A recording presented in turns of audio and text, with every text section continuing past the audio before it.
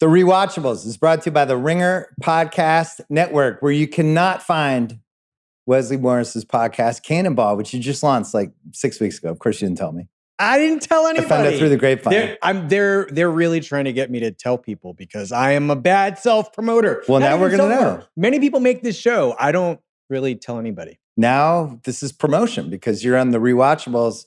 We're in a brand new studio. I'm very excited about it. I mean, I can't believe this. I might not even go back to New York because what the expletive? This is beautiful. I thought about wearing shorts for the first episode, but then I realized nobody wanted to see my knees. You did change your pants, I will say. I did. I put pants on. The shorts were fine, just to be clear. Nobody was taking shots at your legs. So we should mention when we launched the Ringer Podcast Network with my podcast in the first week of October 2015. I remember it well. Only 4 months after we stopped working together, 5 months after we stopped working together at Grantland. And I had to wait out. And then on October 1st, I could launch my podcast. I did one with Sal because we had missed the first few. My second one, you came into my pool house and we did a podcast and you were my first guest. And now in this brand new studio that we're going to have, you were the first guest of this one. Do you remember what we talked about? What did we talk about? I believe it was the Ben Affleck, Justin Timberlake gambling movie. I believe that came up.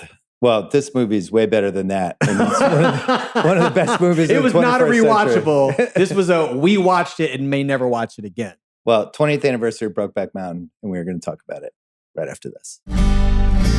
HG. It's a new day for a new stay at Holiday Inn for business travelers. Do you count as a business traveler, Sean? Sure, sometimes. Okay.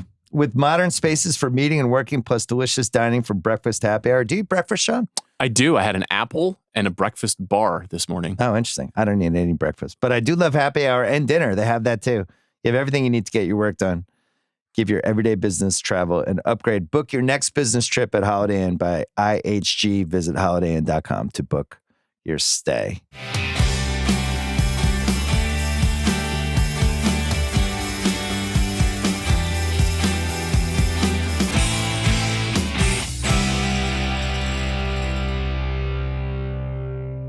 All right, Brokeback Mountain 20 years ago. This summer, Heath Ledger died about 3 years after it came out. And this was already, I think, in the conversation for one of the, 20, 25 best movies of the century. But the Heath Ledger piece has changed the content. There's so many ways to talk about this movie and so many ways to feel about it in 2025. How we felt about it in 2005, all the things it meant. But watching it 20 years later, the Heath Ledger performance was the thing that jumped out because it's such a great performance. Yes. And you just see the potential of this whole career that we should still be enjoying. And by the end of the decade, he's gone. Yep. I mean, terrible. And I had not watched this movie in its entirety since it came out, since the period in which it was a thing. And you must have written about it, right? I wrote about it. The only thing I think I wrote about it was in the aftermath of the Oscars. Yeah. And it's losing to Crash, which we'll talk about. But I think that's the only time. And I will say I was 27, 28. And I wasn't ready for, I don't think I was ready to receive, I was 29 when this movie came out. And I was disappointed that there wasn't more fucking. I distinctly remember that. And I think because I was young and single and I was having a lot of great sexual adventures with the Ennis Del Mars of the world, I should say. They weren't ranchers, but they did other things in the Boston area. I didn't think you'd dial it up this fast. Sorry, I'm ready. I'm just remembering what my life was like. And I remember thinking, like a lot of people probably, like, this isn't hot enough. I want a hotter movie. Because you felt like Hollywood hadn't really gone here with a big market movie like this, and they were finally doing it. So you wanted them to push the envelope as much as they could. Yeah, I think, and I'm going to go to hell for saying this, and I now know better. And also, just to be clear, I was a serious film critic at this time, but I'm speaking as a human civilian person who also had a job to type for a living. I think there's a part of me that was like, I wonder what the Joel Schumacher version of this movie would have been like. Oh my God. I know. With Machine? Machine was in a Stomar. Straight to hell. Turns into a snuff film in the second half. Right. But I mean, I don't know. I'm disappointed. I was disappointed in the movie, and now having seen it. Well, how'd you feel about it this time? These years later, I'm disappointed in myself. Yeah. Oh my God. What an adult movie.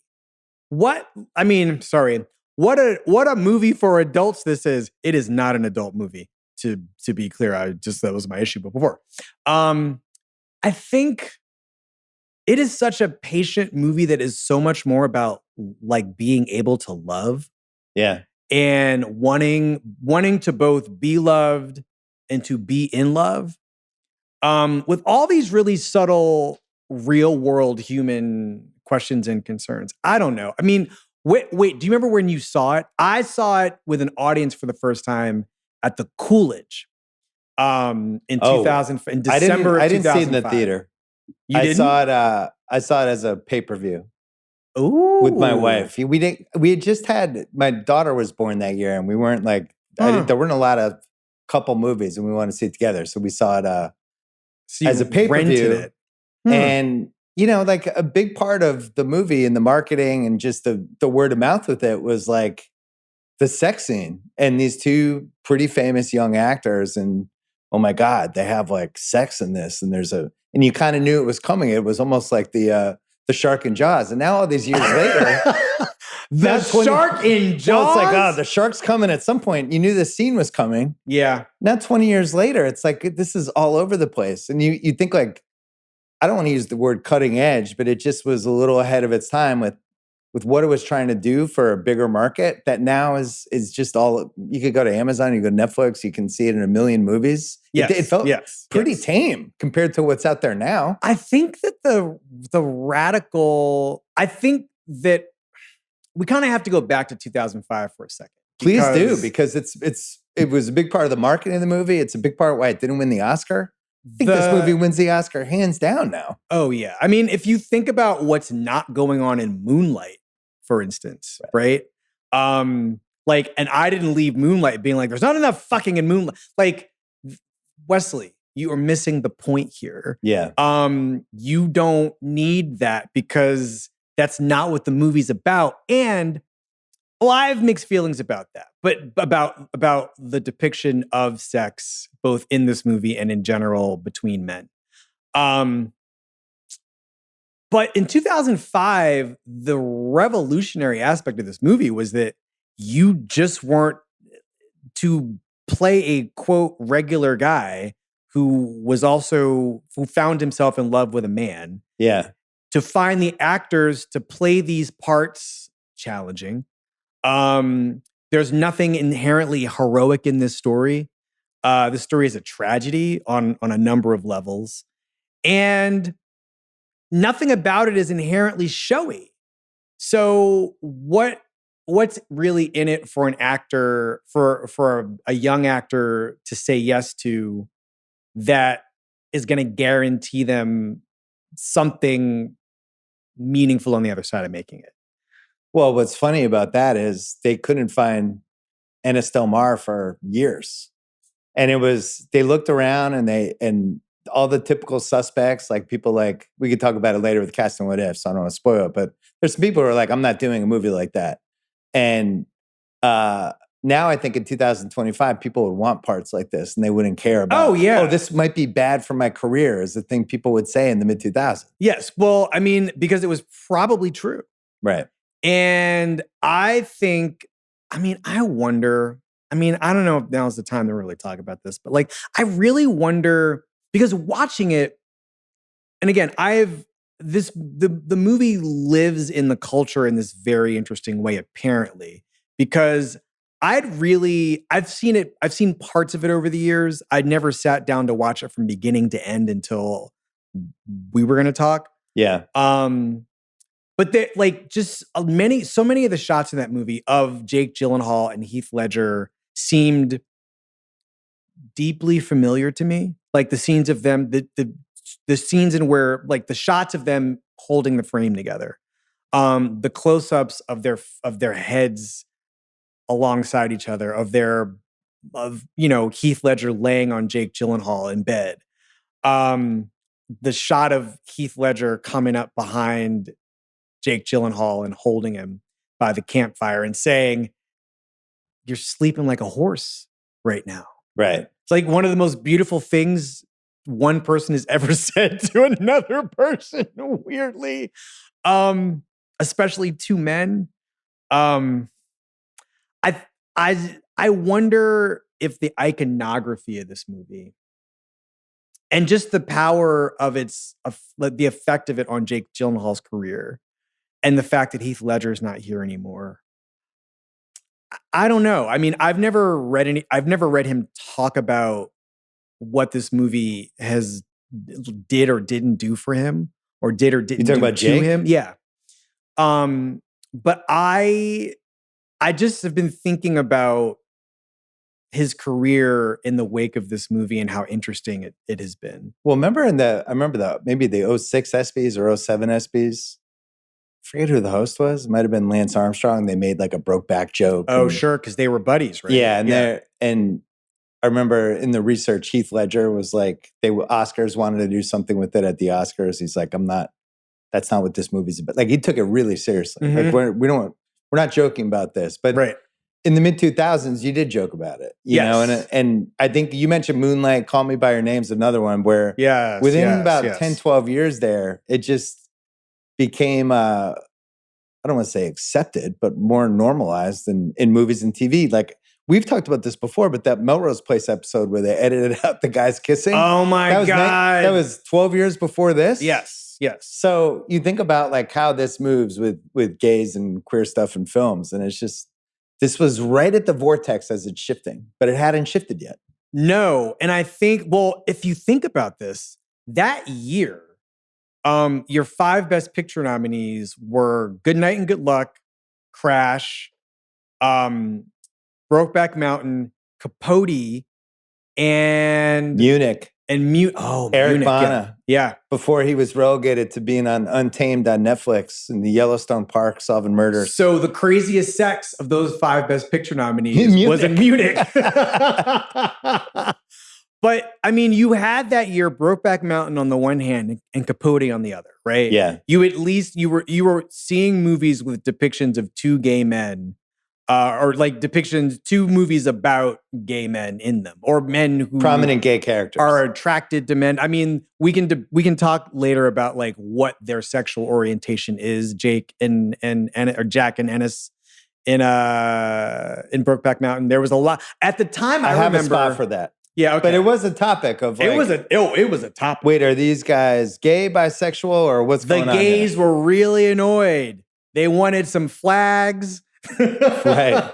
I mean, not all the gays, but I mean, it was a conversation like, what is our terminology here for these 2?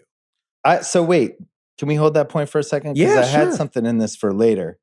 We can come back to it too. Because this is a big part of the dialogue. And it's also different of how people probably talk now. But in 2015, Gyllenhaal said that it was a gay love story, and that his character was the more overtly gay of the 2. Absolutely, 100%. In 2005, Ledger said, I don't think Ennis could be labeled as gay without Jack Twist. I don't know that he ever would have come out. I think the whole point was that it was 2 souls that fell in love with each other. That is also true. He would have said it differently now, but his point stands. Yeah.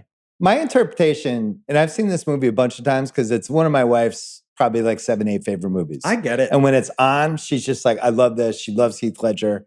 So it's just kind of been on in my house a bunch. And the more I've seen pieces of it or watched it, I think Jack Twist is clearly gay. Yes. But I don't know about Ennis. I just think Enos. What is it? Ennis or Enos? Ennis. Yeah, Ennis Del Mar. I had an uncle Enos. Very Western oriented. I want to call him Enos, but I know it's Ennis. But Ennis. I do think Jack Twist would, because there's like, he checks out Heath Ledger in the beginning of the movie. I mean, we are going to talk. He goes to Mexico, like that. Like, I do think he was gay. I don't know about Ennis though.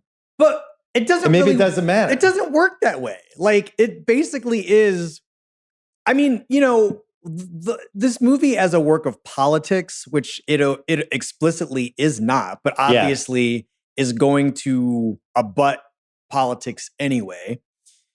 The politics of this movie, to the extent that there are any that it is espousing, it's really the most benign sort of politics, which is, you know, listen, love is going to do what love is going to do. I can't control what my heart wants. And the amazing thing, though, about their first sex scene, their only sex scene that we see, is that, and you know, we should say this movie was based on the Annie Proulx's short story that ran in the New Yorker in 1997. And immediately everybody's trying to buy the rights to it. Somebody does, and then they try to make the movie for the next 6 years. She's convinced by the eventual screenwriters that this is a good idea and they can do it.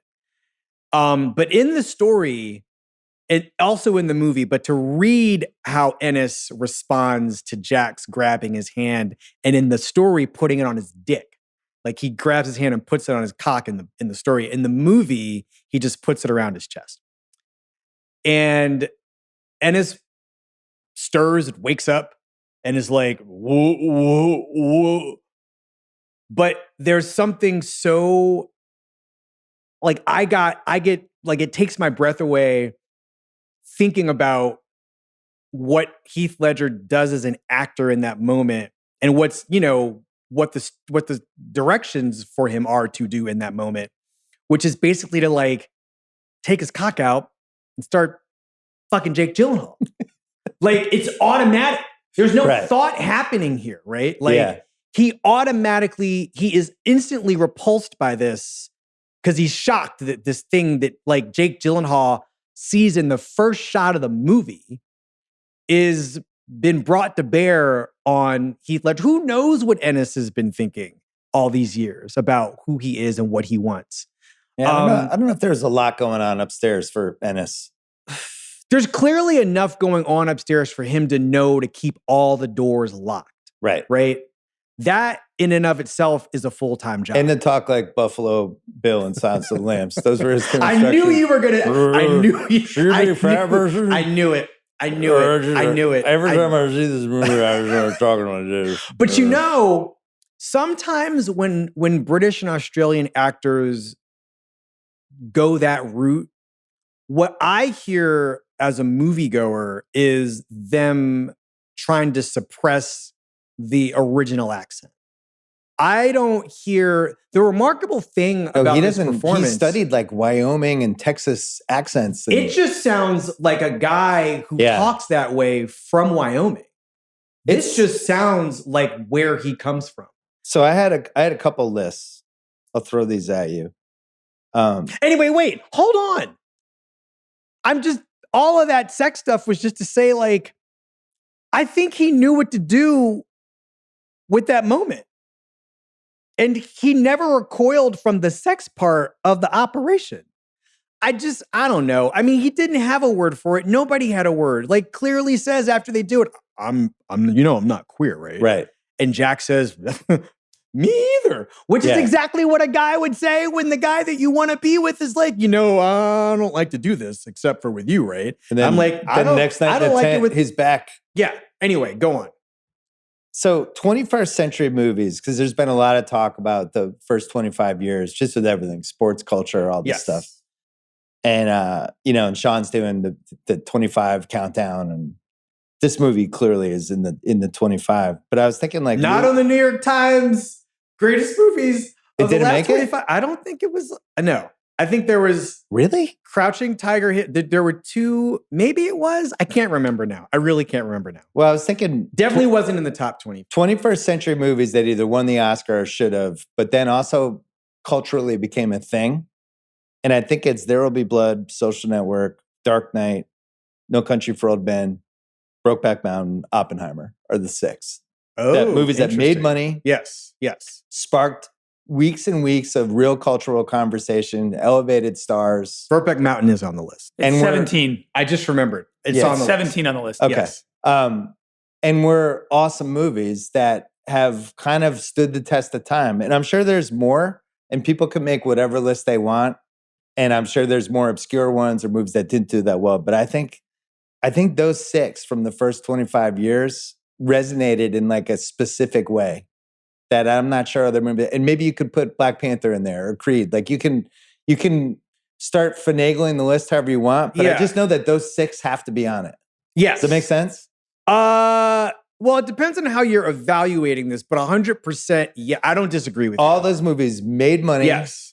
And- Elevated stars in some way, were rewatchable in some sort of way from a filmmaking, whatever and they it were was. quotable, right? I mean, there was And they something. were like one of ones. Like they were Yes. movies, all of those movies are movies that were like, I've never quite seen a movie like that. Yes. And And I wanted to put, there was a couple other ones that were on the I fringe. was just like thinking about La La what else Land, you could do. Moonlight. There's some that are close, but there was some sort of cultural conversation that those movies started that was different. Those feel definitely at the top of that pile. At the And I'm very sure I left out a least, couple. Anyway, but then there's another list, and you'll be better at this than me, but the star-crossed lover list, Oh, sure.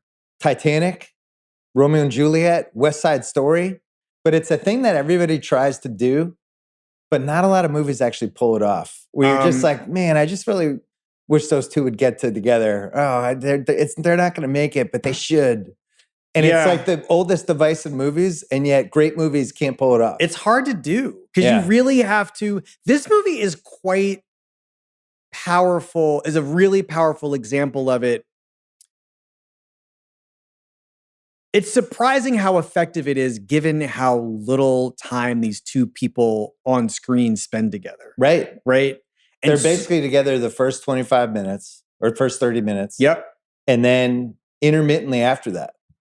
But they're not together the whole movie. And so you really have to believe, and I think this is why Jake Gyllenhaal's performance is kind of underrated to me. I was thinking it was a little Cruise Rain Man-y, how that Goldman used to write about the part that nobody talks about as a hard part because the other person was so good in it. Yes, But Gyllenhaal's really good in this. He's very, very good in this movie. And I think if both performances, if there are 2 Heath Ledgers in this movie, it doesn't work. Right? Yeah. You need to understand, first of all, well, I don't know. Should we just talk about what it is Jake Gyllenhaal is playing here? Should I buckle up again? Craig, you all right? You want to put on a second seatbelt? Because I actually think this performance is really worked out. They're both performances are really worked out. And we'll get to the women in this movie because at least 2 of them have really worked something out in a way that is very emotionally affecting to me. But I think that both Heath Ledger and Jake Gyllenhaal figured out exactly who they were playing. I agree. And I think Jake Gyllenhaal kind of gets the short end of the stick here because it's a much more familiar place for an actor to be, right? Well, he's the goofy dreamer. Yes. He gets to act wacky. And he's courting, he is essentially, I mean, I don't want to gender this. I don't want to sort of conventionally gender this, but like he's essentially doing 2 things at the same time. He's the pursuer. Yeah. And he's the moony romantic, right? He's doing the work of 2 archetypes at the same time. And in that opening shot, which is just one of the most extraordinary things that I had really not appreciated at the time. I'm sure I remember thinking it was erotic, but it's so much more than eroticism that's happening in that opening shot, which is basically Heath Ledger arriving at the Randy Quaid's trailer. Yeah. When you put it that way, it sounds like Randy Quaid is involved. But basically, he's not involved. They're arriving for this work. And although Randy Quaid, I gotta say, he's looking real good in this movie. You're not supposed to. I mean, listen. He's some good sneering in this. He was speaking to me. Oh, old Randy. interesting. Old bad Randy. That wasn't on Anyway. my bingo card today. Well, stick with me, Bill. If you've not been paying attention all these years, I mean, it's the Randy Quaids of the world who are incredibly satisfying because nobody's paying that much attention. I'm going to put that in my notes. The point is, Heath Ledger shows up, gets out of the truck, stands against the trailer, waiting for it to open because he's not there yet, or I guess it's locked. Gyllenhaal comes in. Quaid's not there yet.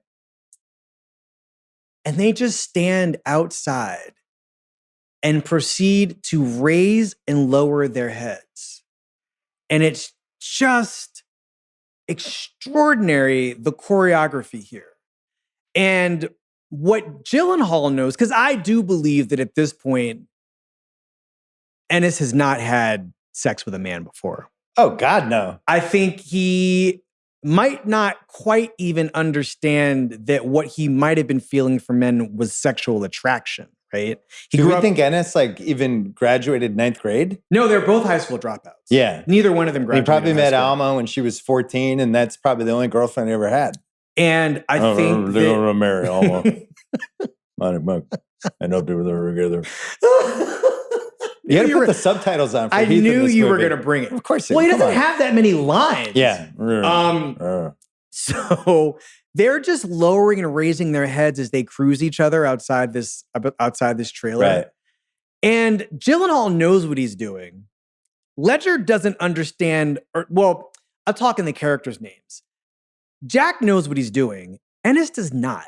Yeah. Ennis is experiencing something happening to him that Jack is trying to manufacture, right? It's a little like the before sunrise scene in the listening booth. Oh, interesting. When they're kind of looking at each other, but at different times. But only Jack Twist is looking. Yes. Ennis doesn't know that he's in the game yet. Well, Ennis knows that something is happening, but I don't think he entirely understands what it is because he's feeling something. He is uncomfortable. He's very nervous. He can't wait to eat beans with this guy. Yeah. They're just going to have beans for the next 4 months. He's definitely intrigued. A lot of beans. Nothing more romantic than beans. As an aphrodisiac. Canned beans, not crazy Nothing about. like flatulence to really get the romance sparked. Listen, Ang Lee directed this movie. He had tried to get you with the flatulence, but we know what is probably happening with these canned beans. It's a cat and mouse game from that first scene. And it is so patient. I think one of the things of this movie compared to what we have to deal with now with most of the terrible movies we have to watch is that we just have to, I have to have dialogue. I have to have a loud song here. I have to have a transition music for the montage. And this movie is just like, dude, come hang out with us with the mountains for the next half hour. We're going to herd some sheep, eat some beans. We're going to have some stilted conversation. We're going to ride a couple horses. I also think that the thing that's sort of interesting here, and it's easy to miss this stuff because we don't really, most people, I think, don't really deal with sheep herding, right? Most people don't have to deal with seems confusing. They're not living a rancher life. Craig, harder than running a fantasy team? Sheep herding? It's pretty tough now in fantasy. It seems really running tough. 4 teams. So, I mean, I've got my little handy notebook here, but basically these two guys their jobs are the camp tender and the herder. Yeah. Right? So at night, one of them has to go back down to the sheep so the wolves don't get them. That's basically the assignment here. Keep these sheep alive. And it means they spend a lot of time apart, and one guy stays at camp and sort of maintains an environment there for the other guy to be able to, so they can have beans and whiskey ready, sleep and eat. Yeah. But what is happening? What Ang Lee and James Seamus, what Ang Lee and the screenwriters Larry McMurtry and Annie what's her something? name? No, Diana Asana, something like that. Yes. They wrote the screenplay. They adapted Annie Proulx's story, and what you're seeing here, along with some very good editing, is time sort of shrink with these two guys. And the more time they spend with each other, the less time they want to spend apart. Yeah. And they switch jobs where one guy becomes the herder and the other guy becomes the tender. And it's kind of fascinating because what you see is the rigidity of Ennis sort of begin to relax a little bit as the time passes. And well, we had that one scene. What does he say? Like, Jack says, that's more words than you said in 2 weeks. He's like, that's more words than I said in a year. Yeah. You're like, oh man, Ennis is You're getting good at it, and it's kind of turning me on. Well, you need to stop. Michael Myers is getting turned on too over there. He's staring at me. Stop it. All right, I'll stop. No more Ennis. I just like the thing that's beautiful about this movie is also the thing that is strangest about it from the standpoint of how you watch people fall in love with movies at movies. Yes. And it's all about the passage of time. And what they give you is seasons changing. Yeah. Environments changing. There are a lot of shots of the sheep doing their thing. You get a lot of shots in nature. A lot of wide shots of the mountain, sunsets and sunrises. And great. What you're falling in love with is both the environment that clearly is responsible for the closing of the gap between these two men. And this environment is bringing them together as much as their innate desire for company, for closeness, and eventually in the scene that brings them sexually together, warmth, right? Yeah. Because Ennis is sleeping outside the tent and Jack is like, Jesus Christ, will you just get in here? I'm tired of hearing you shivering and your teeth chattering. And Ennis comes in and Jack makes his move. So this movie solidifies Ledger and Gyllenhaal as A-listers, I think, right? Yeah. Solidifies Ang Lee, who was already kind of there because he had the Ice Storm and a bunch of good ones. But can we talk about when we talk about Ang Lee? Because can do it right now. He's a 2-time Oscar-winning director, which there's only 19 of them. That seems relevant. Yeah.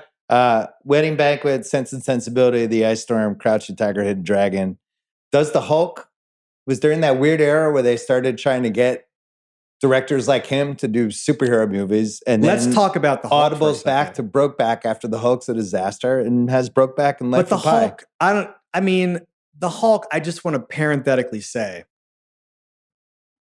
I think it's like one of the best. Oh, really? Oh, totally. Of that ilk of motion picture. Oh. Definitely the best. Well, he didn't think so. He was bummed out by it. How would you describe his style, in your opinion, with all those different movies that? Because he's done a bunch of different types of movies, right? But what is his strikeout pitch? Perception. I think he is waiting to see what happens. He often, I think, knows what he's looking for in a scene. I think he really studies the text. He knows the text. But the things that are variable are what the people do. And he's I think his strength is observation. And it's both the observation of what is happening on the page, but also the intangible properties of what happens once what he knows is on the page gets in front of the camera. Yeah. And I think there are so many, the other word I would use is remote, but that sounds pejorative, but he's such an observant director. And that's a way that people tend to think about him, which is he frequently is making movies about worlds he knows nothing about from a life experience standpoint. Apparently now he's doing a Bruce Lee movie. Yeah, with his son as Bruce Lee is what he's developing. But he hasn't done a movie in like 6 years. Yeah, I miss him. I would have said the same. I would have said perceptive would have been the word I used, or patient. Yeah. And it's something that I just think there's more and more bad content every year. And of course I watch a lot of it, but people just think with movies just loaded with dialogue and load music. But very rarely do you see anybody just kind of bring you into a world and just kind of leaving you there, ease you into it. Take your time and trusting that you'll stay and you don't Call mind Me by Your being Name there. was like that too, where it's like it's just kind of moving you into a place, yes. right? I prefer this movie in a lot of ways. I mean, for all kinds of reasons. I think this movie's better. I think, but that patience is a huge part of it. Yeah. Right. His ability to just sort of like trust us to be able to follow the beats of what is happening between these two men. If they never had that tent scene, right? I mean, it's probably a different movie, but the filmmaking is so good here. He's such a good director. PG-13 version of it. Well, I mean, if they're just like, if it's 1950 and we're making Brokeback Mountain, right? Which, by the way, welcome to Bud Boddicker and Randolph Scott. I mean, that movie, but Brokeback Mountain happened all the time without the tent scene. But I think that he could have gotten away with just giving you the romance of these two people without the sex. Well, it's funny that we have more sex scenes with men and women than we do with the two guys. But I mean, think about with the one sex scene with the Michelle Williams character, Alma is doing. I mean, you know, I mean, in the story, it's such great writing that Annie Proulx is doing, describing what the experience is like from her point of view, which you don't quite get. The movie is very faithful to the story, including its like blinks of interiority, which it brings out in dialogue, and, you know, points of view. But yeah, like most of the sex you're seeing in this movie is officially heterosexual, but, you know, we understand the psychologies of these people, so we understand what's underneath it too. We're taking a break, and then we got to talk about the actors. So Ang Lee said he cast these 4 leads, and it's 4 actors at fascinating points of their career. Mm-hmm. Michelle Williams is basically a TV actress. Dawson's Creek. She was in Halloween H2O. Hadn't really come through with a movie like this. Hathaway was Princess Brides. Wasn't she making a Princess Bride? Or making Princess Diaries? Princess Diaries. Sorry. Yeah, Princess Diaries. I mean, all these Goldman books, they're tricking me. But she hadn't been in, you know, anything like this and really fought to be in it. Ledger was on the radar with a bunch of stuff. Like, he got offered Spider-Man, turned it down.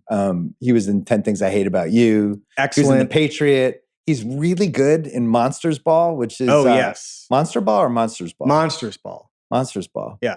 A movie that will not be on the Rewatchables, is one of the most harrowing, disturbing movies. Like, if you did a double feature of that and $1 Million Baby, I think you would just drive your car off a cliff. I mean, just think about who's in that movie. Halle Berry, Billy Bob Thornton, Heath Ledger, Puffy. The craziest sex scene I think that's ever been in a mainstream movie, where I actually 100%. I would bet that they were actually fucking in that, right? I mean, I don't know how they weren't. I'm waiting for Halle Berry to call the phone. Where's the bat phone? Where's the cat phone? Tell us what happened. Halle Berry. But yeah, so Heath Ledger's in that, and he's great. And he's kind of on the radar, but this is the movie that does it for him. And then Jake had been a child actor, and, you know, was in a bunch of child movies. So he had I don't remember. I mean, I remember. Well, Donnie Darko was the big one, but he was in like City Slickers as a kid and shit like that. He had a bunch of them. Huh. I did not know that. Donnie Darko. He's in The Good Girl with Jennifer Aniston. That I remember. That's the first time Mile. I saw him, because I missed Donnie Darko in its original run. So 05, he has Proof and Jarhead and Brokeback, and Heath Ledger. What a good year for that guy. Heath Ledger has Lords of Dogtown, Brothers Grimm, and Brokeback. Yeah, these guys individually were having a classic Hollywood year. During an era for an actor. But during an era where 10 years later you're just putting on a cape. Well, Heath Ledger's agents are like, you got to take the Spider-Man thing, or there's not going to be another one that comes around. 100%. Like, you just named 6 movies between 3 guys. Those 6, like, I mean, first of all, those 6 movies wouldn't even be happening now. Yeah, Lords of Dogtown. But just pretend that That's like a Starz Prestige 8 episode. It's a good movie. It's true. It is a good Lords movie. of Dogtown's good. I love Lords of Dogtown. Peralta. That movie, it's a wonderful movie. It's so lived in. Is it who directed that? It's Stacey a woman. Peralta. So Stacey Peralta. Okay. Yeah. It just that movie really knows what it is, and the people in it know how to be in that movie. And I think Heath Ledger knew, I want to have, like, you know, this happens very rarely with actors, where they're from early on like, I want to have my career this way. and I want to be in weird movies, and I want to work with good directors, and I want to challenge myself. And that's one of the multiple tragedies of losing a dude like that is I don't know what his career would have looked like over the next. You think like he has Brokeback and he has Dark Knight in the span of 3 years. Like if you add 15 years to his career, what else is he doing? But the movie that I think is the important one is neither Dark Knight nor what is Brokeback, which is Casanova. Wow. He hated his own performance in Casanova. Of course he did. But because that's not an actor's performance, right? Yeah. That's a movie star performance. Right. That's the performance that a person gives because they want to keep making Brokeback Mountain and they want to keep doing Lords of Dogtown. And that is how you have a healthy movie star career, or a healthy acting career, because you're willing and because you can do movie star stuff.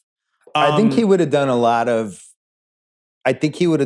non-star parts and gone back and forth between leading movies, but then just being like, all right, I'll be the Winklevoss twins and Social Network. And I think he just would have been all over it, wow. I think he would have made like 3-4 movies a year. Now I just couldn't imagine like what the parts would be. But when you go that route, I'm like, I think he would have gone all over the place. Could have done Winklevoss. Yeah. I think he would have been in a Coen Brothers movie. It would have been Fincher. He just would have like banged out whoever the best directors were. And I think one of the cool things about this performance, he just has a couple of just out of control, highest level acting scenes. Yeah. Where you're just like, wow. And I think Gyllenhaal is great in this movie, but Ledger's like, he's like, Hathaway said at one point, she said, I remember getting to watch the shot of Heath walking across the front yard of the parents, which is really just dust and dirt more than anything. And Heath had decided that at some point, Ennis had been in an accident and had a limp. Mm-hmm. It was so subtle, and it looked like he'd had this limp for about 4 years. And I just remember looking at Heath in that moment and thinking, this is one of the greatest actors that has been. Just because he made weird, out of nowhere choices like that. Yeah. But the way other actors talked about him, I think that's when you know. Yeah. You know what I mean? When people are crossing through his vortex and they're like, Jesus Christ, this guy was incredible. Well, just think about the thing that we're kind of taking for granted so much that we're kind of laughing at the blatancy of it. But just to play the part speaking that way, right? I remember there being some conversation when either around the time the movie came out about him not seeming masculine enough to people in the movie industry. Oh, that was one of the reasons he didn't get the part right away. They didn't feel like he was. So that was true. I remember that. That's true. Yeah. And I mean, I don't know. Is that really a requirement for these purposes? But sure, fine. He decides, I'm sure that conversation got to him, like it reached him in some way. He heard that people were saying it. So I don't know what his choice was here, but I'm also sure he saw Silence of the Lambs and was like, there is a world in which people hear this voice that I've come up with and they're like, Buffalo Bill, kill, kill, kill. But you know what's crazy though? Hit that character versus the Joker, you wouldn't know it was the same actor. You wouldn't know. Well, this is the thing. I just don't think you would know. Unless you knew. I don't know who that person is playing this part. I don't know anything about this guy. Like he has emptied himself of whatever baggage he had in 2005 coming to a movie, which is really none because it had been 6 years of him basically. All I'm seeing is a character at this point. I'm not seeing an actor playing anybody. Yeah, I agree. And I think that is the thing that in part makes the performance so good. You don't know who the person playing the part is. Feels like he figures it out even more as it goes along, which might have been the script, but he does some stuff. Like I thought the last half hour of the movie, like when he goes, like when the last time he has the scenes with Jack Twist, when he breaks down, when he goes to see the parents, the phone call he has with Anne Hathaway, all the stuff he's doing in all those scenes. I just think like when he finds the shirt in the closet and you hear like the life just sinks out of his body. Like it's really great stuff. It's funny because Daniel Day-Lewis said this was like his favorite performance, and like he loves this Oh, movie. really? And he loved Okay. Heath Ledger in the movie. And it's like, that makes sense to me, that because it's like when the basketball players vet the other great basketball players, like this is a movie Daniel Day-Lewis is probably like, I wish I had made a movie like this. Well, I think that. Well, I mean, Daniel Day-Lewis is with all due Listen, he's respect, made a bunch of great. I'm saying he's like, made this some great specific choices role. with the choices he made. Right. Yeah. I think that the surprise of this movie is just how, if you really, diagram the sentence of the performance, so to speak, like there's so many strange things that he's doing here.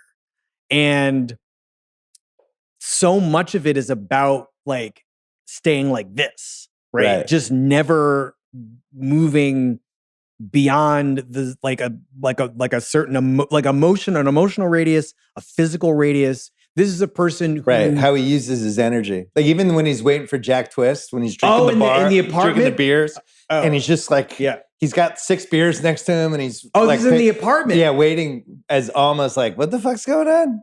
Yes, who's this Jack Twist guy? I mean, we've all been that person, though, right? But the idea that it's Ennis Del Mar who's suddenly like wrapped around somebody's finger like that it's really, really beautiful and sweet.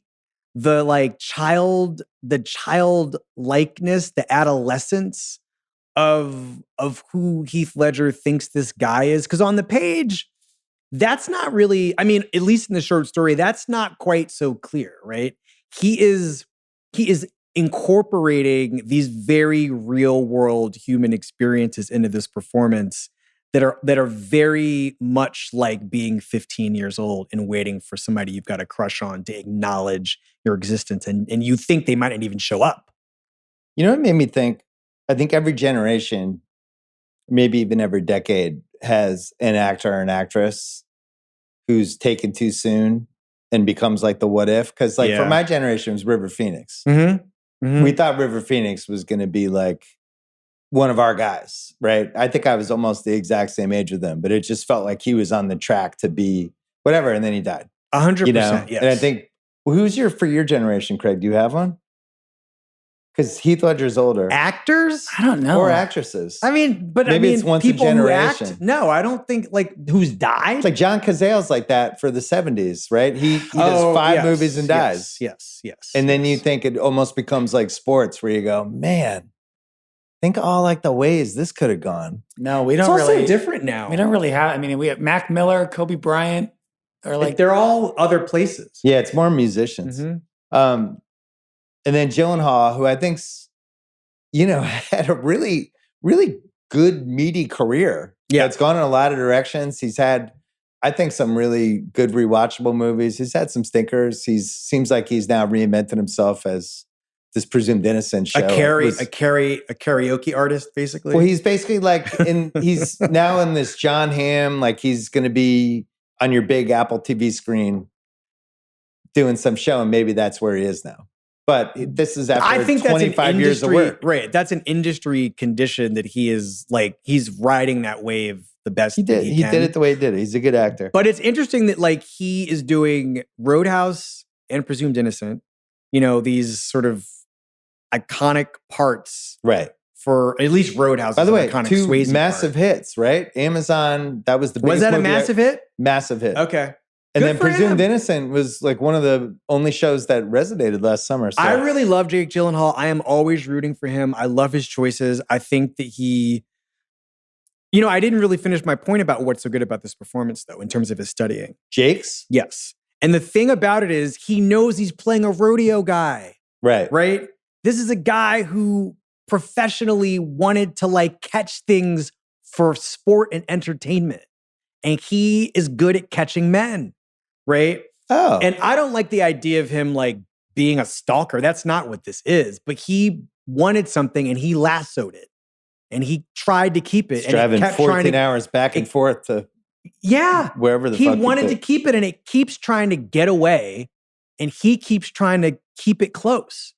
And Ennis is trying to like get out of the rope. So the 4 actors who I think spent a bunch of time together on the set and like really became like close. And then Heath Ledger falls in love with Michelle Williams during the movie. And apparently, like, people knew right away, like, oh, this is on with these two. They end up having a kid. He doesn't work for a year because she's working and he's raising the kids. So he doesn't, has like a year off or so. But I think that everybody, like, Gyllenhaal's was like the godfather of their kid. Like there's a lot of like that makes sense. stuff. I mean, like, think about what it actually meant to shoot those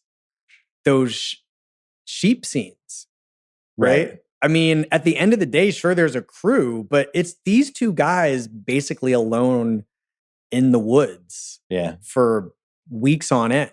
So it ends up being one of the big Oscar disgraces of the 21st century. Can you think of a better one? Ang Lee wins for director, wins for best score, wins for adapted screenplay. Crash beats Brokeback. We covered Crash. We did a flawed rewatchables of that one a while ago. You missed it. Ledger. I didn't miss it as a listener. Yeah, I mean, and we don't have to litigate how dumb that was. It was dumb when it happened. It was fucked up, and it shouldn't have lost. But Hoffman versus Ledger is a really interesting one because Hoffman's great in Capote, and I think as the years pass, people are like, "Oh man, Ledger." I don't really know the answer to that one, but it certainly wasn't. It wasn't a bad Oscar for like Hoffman became Truman Capote. That was fucking incredible. No, I mean, so I don't really know how I feel about that. Both performances were great. I get it. You know, let's just do some Hollywood math here. Hoffman deserved one. Hoffman had been around for longer. Ledger was 25 years old. He was 25 years old. There was a belief that, like, well, he'll be back here 10 more times. Right. I mean, why not give Philip Seymour Hoffman his Oscar now? And we'll give Heath. It was brewing for 5-6 years with Hoffman. Like, this guy's a fucking awesome actor. And then culminates in Capote. Yes. And also the performance is just very good. Like it's really good. I really like watching Brokeback Mountain this time. I was like, this performance is great. But I also understand. I don't have any objection to what Philip Seymour Hoffman Gyllenhaal loses to George Clooney in Syriana. Not sure what happened there.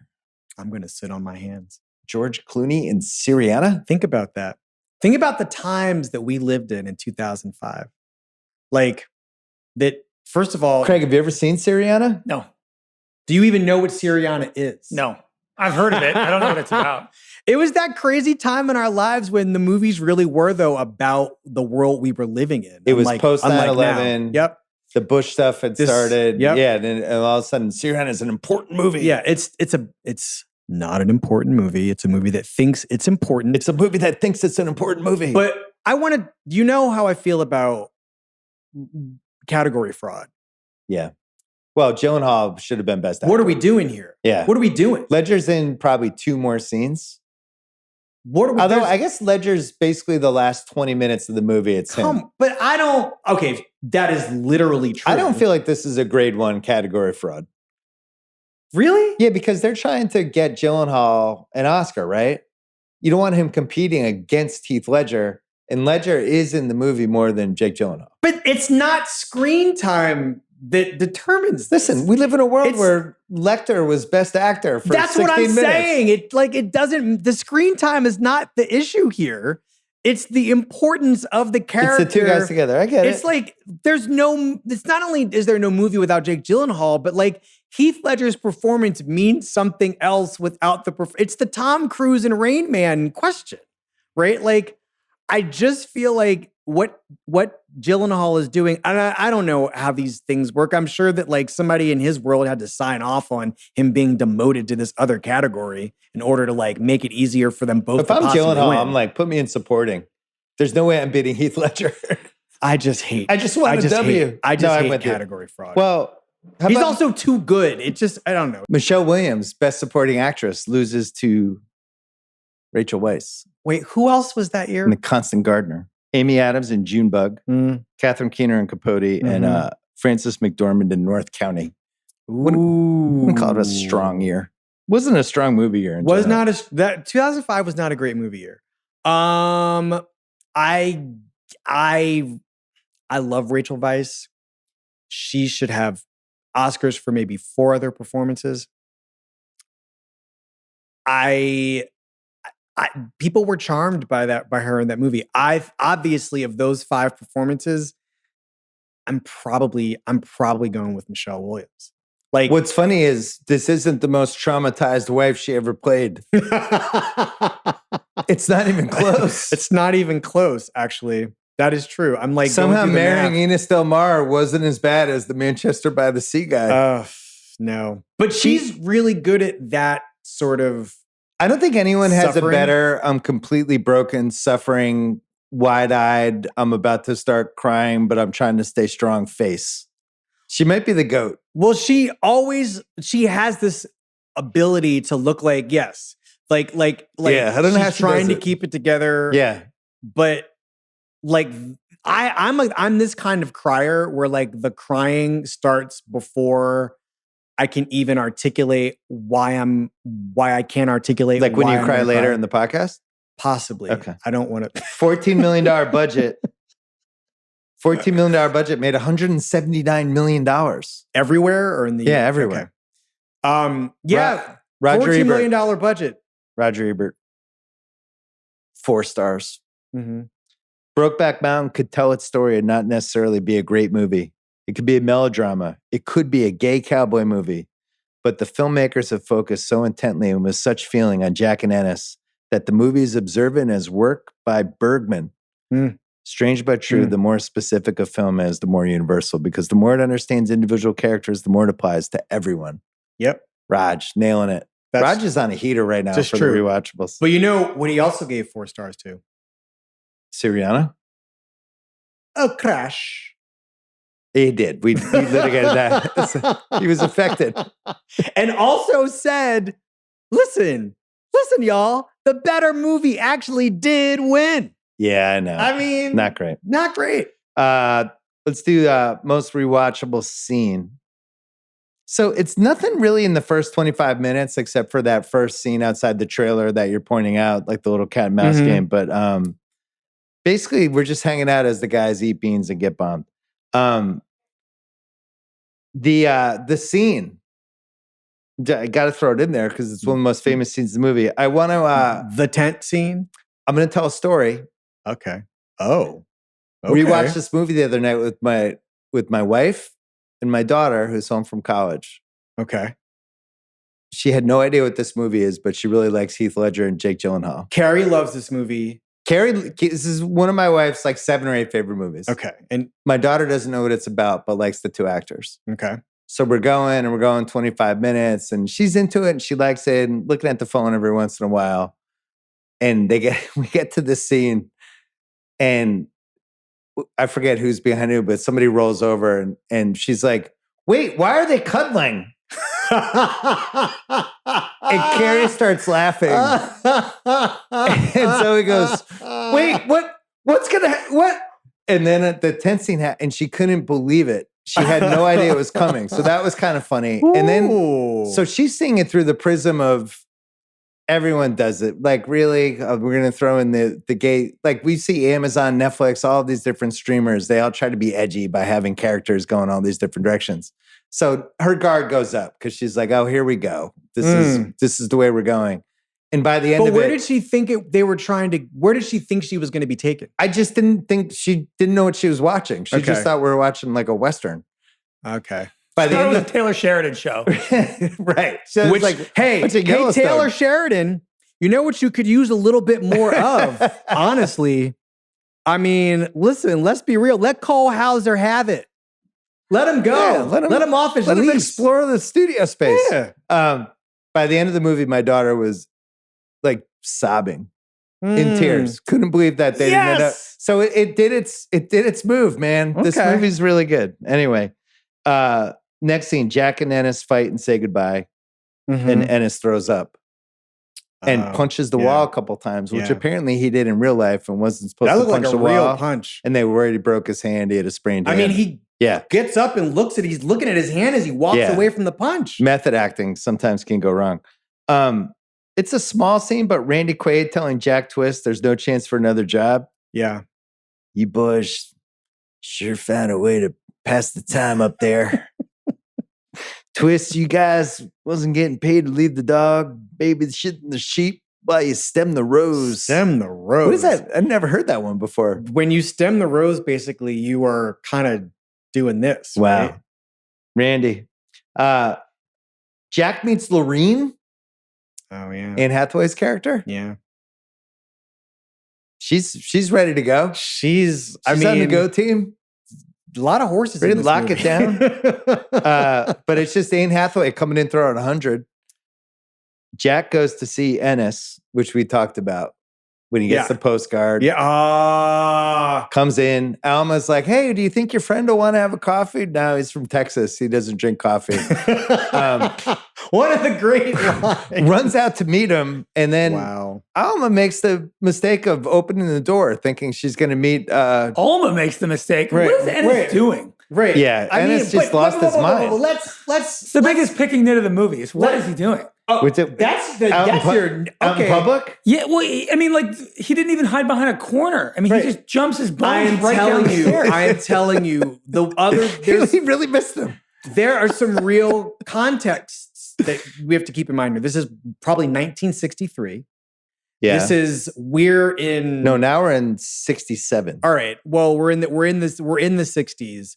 Not exactly a big like respect your woman zone. We didn't know we were in 1967 because Ang Lee decided not to play Creedence Clearwater Revival to let us know we were in 1967. Yeah, well, we're in a movie also trick. in a real hippie free zone. Yeah. So there'd be no conventional markers.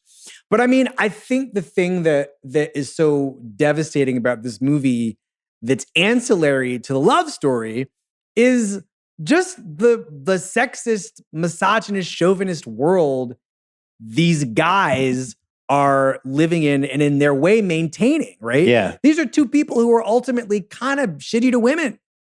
And I have a whole category for this later. And I think the power of that scene is, I mean, you understand what's happening here immediately because Ledger has sold you. Alma sure understands. Right. She's like, but there are two times when we see, the thing that's shocking about that scene to me is there are two times in the movie where we're outside the relationship and we're seeing what somebody else sees. And it's almost as if that movie trick of translation where like these people, these two characters, all these characters are speaking one language and we're hearing it as English. And then there's like some cut to that's a good somebody point. else who doesn't speak that language and we're hearing gibberish, right? It's like the Randy Quaid sneer when he's got the binoculars and he's just like... Yes. The two times we're seeing it through a window and through binoculars. And through a tire iron flashback. Right. But that's sort of different, right? Because we don't know whose perspective that is. Yeah. But you just totally understand the immediacy of it. And these two actors are selling... We don't give a fuck who sees this. He comes to his senses. It's the one time in the movie that Jack loses, that Ennis loses control. That in a way, well, I mean, this also is violent. I mean, Ennis only loses control. His only mode of expression is violence. His only emotional mode is either fucking somebody or fucking them up. I think when your friend comes out of nowhere to visit and you just tell your wife, hey, we're going to go get some drinks. Not sure I'm to be back tonight. Like, what is that? You know what it was? It was the 1960s. That's what I'm saying. You just tell your wife, that's what I'm saying. I don't know if I'm going to be back tonight. I don't know if I'm going to be back. Craig, you should try that over the weekend. Liz, somebody's in town. I don't know if I'm coming back tonight. I think he even says, like, I might be back in a couple days. Right. Well, I mean, in the story, what an era. I don't remember if this happened. I don't think this happens in the movie, but in the story, Jack is like, just tell her you'll be back in a few days. I do it all the time, basically. Do you think we could have like one of the 50 states just operates with social rules for the 60s where men are just like, I'll be back. I think they do. Bill, we live in that country right now. I was just setting you up with an alley-oop. States are this imaginary state you're talking about. I'm just trying to throw you an alley-oop, Wesley. 1955 all day long. Alma's, I think my husband's passionately making out with his friend Jack Twist face is in the pantheon of faces in the movie. What an expression. Just like, oh my Lord. What an expression. The campfire combo, another rewatchable scene of whether they could end up together when Ennis tells the flashback tire iron story and it basically sets the stakes. Like, this isn't just about forbidden love. Like we could fucking get killed here. Yes. So yes. important.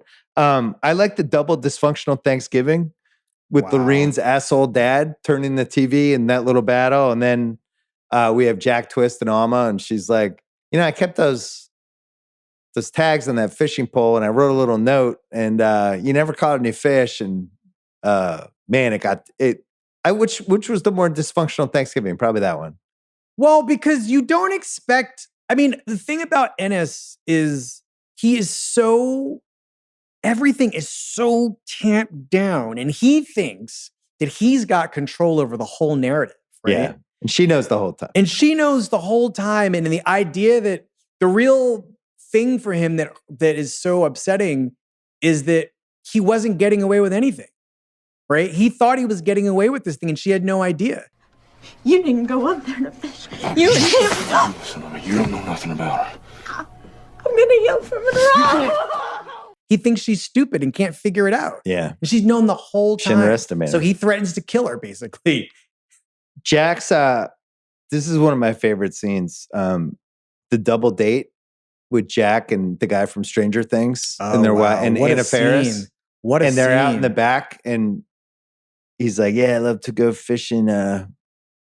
We ought to go down there some weekend. I've got a cabin. And they kind of have that moment.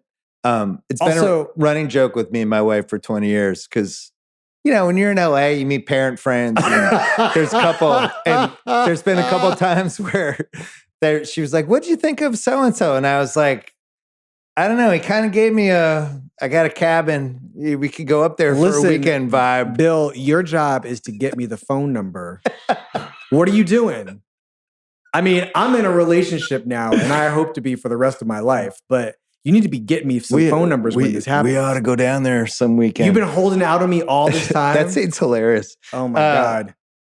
The big scene, I think this is the best scene in the movie, the boys hanging out. I wish I could quit you, why don't you? But it's actually, that scene is so much better than what became kind of the meme of that scene. I wish I could quit you. It ends with Heath Ledger has like a breakdown. He's like, it's because of this. I'm like this. I'm nowhere. I'm nothing. Yep. It's just, you're just like, oh my God. Why don't you just let me be, huh? It's because of you, Jack, that I'm like this.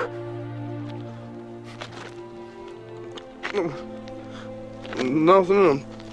I'm nowhere. Oh. Yeah, but poor you. Like, this guy is offering you an opportunity to get away from all this stuff, and you're saying, be in a ranch. Turning it down. Be in Mexico. It's great out there. But you also understand it. Like, this is a person who doesn't believe in happiness. Right. Like, he doesn't believe in it. He doesn't believe it's possible. And it's so true, I think, having met people from that zone of the country. So you're thinking this is like late 70s at this point. So still pretty realistic that it seems inconceivable. Yes. That you could actually, let's do this together. It's just not on the cards. It's inconceivable. From like in Wyoming, in any part of that corridor, insane. But I think that the great thing about that, there's a few great things about that scene. One is the way Heath Ledger is turned from the camera. And Jake Gyllenhaal's assignment there is to try to I don't know if his assignment is to get him to show us. Oh, when he comes back. His crumpled face to show us. But Jake does some good stuff in that scene too. He's like when wonderful. He sees how broken Ennis is and you just see like the lifeguard now, he's like, oh man, I pushed that too far. Because it's the first time he stood up to him. Yeah. Declared everything, right? They've been lying to each other a little bit. I don't believe there's any girl that Jake Gyllenhaal's been running around. Oh, I thought that was the guy. I thought that was the cabin guy. I think he's saying it's a girl, but I think it was the cabin guy. It's a girl. It was David Harbour. Yeah. Which I totally get. What are we doing? If David Harbour or David Harbour playing a guy in a cowboy hat sits down to you on a bench and says, yo, I got a cabin. Why don't we go to it? What are you going to do? I'd be like, it's week 5 of the NFL season. You would be like, Carrie, Viking Carrie, this guy sat down next play to in me. Miami. I can't go. I can't do this. I've got kids. But that's such a great moment also because, and I don't know when we talk about this, but The other power of this movie is that it is expressing homosexuality in zones in which American popular culture never even thinks to look. Well, especially in 2005. Now I think it's more commonplace, right? Yeah, but in 2005, that was part of the power of it. Even now, right? I mean, even now, this is like watching this movie, it still feels like there is some seal that is still not entirely broken on like who gets to be gay, who gets to like declare themselves as gay. I did think like, I didn't put this in the rundown, but I did think this movie would be way more polarizing in 2025 over some of the ways it's discussed, though gay, bisexual, straight, all like I just feel like it like how we term like what the terminologies all the terminology. I just feel like there would have been some quagmire we entered versus, or somebody gives a quote during the junket and they don't like how they said the quote. Sure. And that becomes That's thing. fair. I mean, even the things that they were saying at the time of the movie's making probably would have gotten somebody in trouble. But yeah, I don't know. That's an interesting thing to think about too, is like how this movie lands if nothing changes in 2025. We could have had a good laugh together. Fucking real good laugh. Had a place of our own. It's like, hey, he's making some good points. Jack calls Lorene. It's a really good Anne Hathaway scene. Wow. Yeah. And and there's some good research on this that I'll get to later, but I love how ambiguous it is. Mm-hmm. Yes. It's like, yes. Does she know who this is? There's a lot of ambiguity. Does she know how Jack died? Yes. Yeah. What does she want this person to know? It's just really, and then Ennis finds the shirt, sees the parents. Incredible job by those broken parents. That seems like a fun house. I like when she's like, y'all come back whenever. It's like, yeah, that sounds great. How about 2 weeks from now? We can get together and have some more good times. Yeah, for Ennis Del Mar to find something truly unpleasant enough to never return to it is really saying a lot. Come back and see us again. And then when the guy talks about, the dad talks about how Jack was talking about, first it was this Ennis Del Mar who'll come up here. And then he got this new guy who was getting a divorce and he was going to come up here. And David Harbour. Like, wait, what? What's the most rewatchable scene for you? Oh, the opening. Opening scene, okay. Because you always want to evaluate I've seen the opening a bunch of times. We're watching it in the context of the whole movie. It's just you're watching a little modern dance between these two men, and it's really quite good. We'll take another break and then rest of the categories. All right, what's the most 2005 thing about this movie, Wesley? Is it how young all the soon-to-be way more famous actors are, or is it that it was considered as controversial as it was in 2005 when you watch it again? Definitely how young everybody is. And that you couldn't make this movie now, even if somebody were trying to make it. Who would you make it with? Like, it had to be these four people. I was going to ask Craig for a recasting couch. Who is Ennis and Jack Twist? I feel like there is a group of actors now who are challenging themselves in these ways by playing characters like this, like Paul Mescal and Adam Scott and Josh O'Connor. I thought Paul Mescal was one of the ones. Yeah, I agree with you. Paul Mescal I could see in one of the roles here. Well, sure. I think Josh O'Connor and Paul Mescal are about to be in a movie about a gay romance, I think. Yeah, but it's in New Hampshire, totally different thing. Yeah. But yes. The Western's different because there's a physicality with it that like I think just rules out like Tom Holland. Mike Feist. I mean, we're recasting Couch. Are we doing it now? No, I was thinking how unique Feist, this time with the actors was. And there's another very obvious person who I had in my brain. You're right. They need a physicality. It can't be Chalamet. Right. No. But that's obviously the person that they're going to go to. It could be Chalamet and the Sacha Baron Cohen like gaining 50 pounds of muscle. Did you see that? Jesse Plemons. He's too old now, though. Maybe, but like Jesse Plemons is the sort of person, and who's that guy? Will Pooter? Will Poulter. Will I feel Poulter. like they would do it now and it would be like, and Sabrina Carpenter is Alma. Yes. I mean, probably yes. Actually, she might not be bad. She probably would not be bad, honestly. What's age the best? Do you think it's something Gosling could have done 10 years ago? 100%. Yes. Yeah. I agree with that. But I mean, I just want this because when you think about who else could have played these parts in the actual real time, I'm like, you got to be kidding me. Funniest casting, Danny McBride as Ennis. And Shane Gillis as Jack. Now, wait a minute. It's out comedy. No, wait a minute. Wait a minute. Wait a minute. You're in on this? Let's take this seriously for a second. Because You're out here jerking off on the beans. Let's do with Danny McBride stuff. I'm actually serious about this. Because the one, I mean, I'll pick my nit later. We'll come back. All right, we'll come back. What's age the best? The score is incredible and it wins the Oscar. It's just great. It's perfect. It is perfect. And just like one of the last movie scores that isn't in a Christopher Nolan movie, where the movie is sort of that music, you hear it and your heart just starts to swell. Look at you calling out the GOAT John Williams, telling him he's not been working hard enough the last 20 years. I'm just like, Step it up, John. I know you're 93, but come up with some fucking shit again. just say, well, Take there are your people corners. ripping John Williams off, is what I'm saying. You've done the work, sir. You've done the work. What's age the best? A character saying the title in the movie in a scene. Mm. All we got here is Brokeback Mountain. It's like, great. You said the title. This isn't a Western, but it's a Western adjacent, which almost needs like its own name. But I like being outdoors with a lot of animals and, just like Western-ish. that, just how kind of the quietness and like the first 20 minutes of No Country for Old Men is like this when Josh Brolin goes out to see the murder and just big, vast nothing and just quiet. And there's an eeriness and a creepiness with it. I love things set in the middle of the country in the Southwest where none of the conventional Hollywood things Right. happen in that iconography. Blank slate. You never know what's going to go. Heath Ledger and Michelle Williams falling in love during the filming. Now their daughter is, I think, like 6 months younger than mine. Oh, wow. Matilda, who like Okay. very low profile on her. Okay.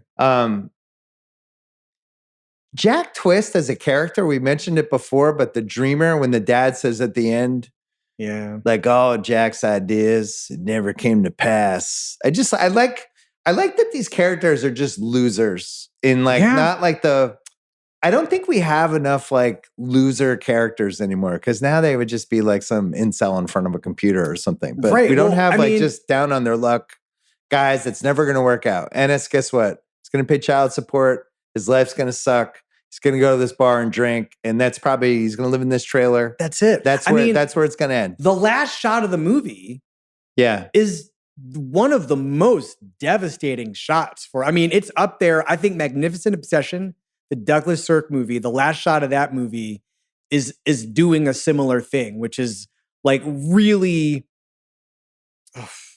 setting up the hero or heroine in the case of the Douglas Sirk movie. Like it's a tragedy. And how do we know it's a tragedy? Yeah. Because they're going to be alone.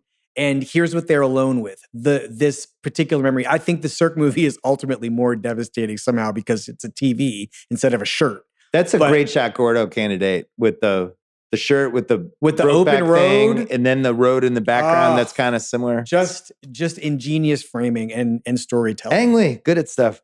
I'm just going to say this for what's age the best. Sneaky hot cast that doesn't get mentioned in the hot actress cast arguments that I like to have never. But Michelle Williams, Yes. because I'm old. Michelle Williams, Anne Hathaway, Kate Mara, and Linda Cardellini. You like left 4 Anna for Faris. 4. Anna Anna Faris for a scene, yeah. Right. Like, who's just- also wonderful in Ang that Lee, one great scene. job by you. Yeah. I like this exchange. What do you do, Ennis Del Mar? Earlier today, I was castrating cows. Yeah. What other what's age the best do you have? Because Wait. we've mentioned a lot. Hold on. I think for me, it's the score is the eternal one, Oh yeah. The score is the thing that will last forever. and the Heath Ledger piece of it. Did you have another one? I You have your mean, scribble. No, I mean, Okay. I've just got a lot of notes here. Big Kahuna Burger Award for best use of food and drink. Probably when they cook, what do they make? Like elk or venison? It's an elk. Yeah, elk. I like that, or just a lot of the beans. I mean, how did they did a lot of jerky. They were doing, they know what they're doing with a giant wild animal. But Actually made me a little hungry, Craig. Yeah, when you're They're out making there, the elk. that sequence, Going from beans to that, I mean, as a beans you're lover, shitting for days why after are we- that. that's too. a real Like, RFK why Jr. are we diet. hating on beans? I mean, I'm just like, I'm saying beans every day. Like at some point, but at some brutal. point, you know what's great about beans every day? You stop farting. Like eating them every day. How do you know? cures What did of you the eat gas. beans every day for 2 I eat months? beans all the time. I'm a soaker and a boiler. I love the beans. We don't get to give this category out very much, and I'm really excited about it. Yeah. It's the Sean Penn I Brought My Own Pack Award for excellence in on-screen smoking. So it's a scale of 1 Mm-hmm. to Robert De Niro in Goodfellas, which is a 10. And he's the only one who can be a 10 because nobody's better than him in that movie when he does the Maury cigarette. Oh, He yeah. stares down Maury. That is one of the, because smoking is a big, as a non-smoker, but like as a person who's lived with smokers most of his life, most of his childhood, you got to convince me you know what you're doing with a cigarette. And CR made the point when we redid Good Will Hunting. Cole Hauser walks into the bar, finishes a cig, grabs a beer, grabs car keys, puts the cig out all in one motion. That's probably like a 9.7. That's very I think good. Ledger's like a legitimate 9.5. Was in he this. a smoker? I don't know if he was a smoker or not, But I believed it. I believe it. He, I think he said he had smoked weed since he was like 7 years old every day. So he clearly was comfortable smoking. Yeah. Okay. Yeah, I mean, there's just a comfort. There's a facility with the instrument there that It just seems like he had a lot of butts on the set. And then Jake, I think was like a 7.5-8 range. I was really convinced with his smoking as well. I just Culminating in a double smoking post-coitus scene. Oh yeah. They're Yeah. both fucking banging out cigs. Yeah. And it's like, you guys this is not watching Tom Cruise trying to work his way through a Marlboro Red. No. Just some of the worst, one of the worst smokers. Or They're Keanu just- Reeves in Hardball. Julia Roberts, Tom Cruise. Really, most people are just not convincing smokers. Like Yeah, most actors just are not study De convincing Niro. smokers. De Niro should be like when quarterbacks study the mechanics of like Joe Montana. But most people who smoke in movies aren't that character. And the reason True. that smoking was so good was that's the only way that guy knows how to smoke. Right? Right. Like it just is perfect. It's perfect. The Great Shot Gordo Award, Most Cinematic Shot. We already mentioned that one at the end. I also wanted to volunteer when Ennis beats the two guys up on 4th of July and has that wide shot of the fireworks going Oh, up behind him, and yeah. his wife's like, That's- what the fuck is... Yeah. It's just like really well framed. Nice job by them. There's a lot of choices in this movie for best shot. all those close-ups of the two of them are really, I just remember them. Yeah. And I like seeing them in this movie, having watched it really recently. They just seemed so familiar to me. Like I've been looking at them my entire life. Kid Cudi, Pursuit of Happiness Award, Best Needle Drop. Sweet Melissa by Allman Brothers. I'll go with that. Or the ending when he says, Jack, I swear, and then the score like kicks in with sure. a hard Oh, yeah. guitar. Good Yeah. stuff. Chess Rockwell, Brock Landers Award for Best Character Name. So you'd want to say Jack Twist here. Don't you?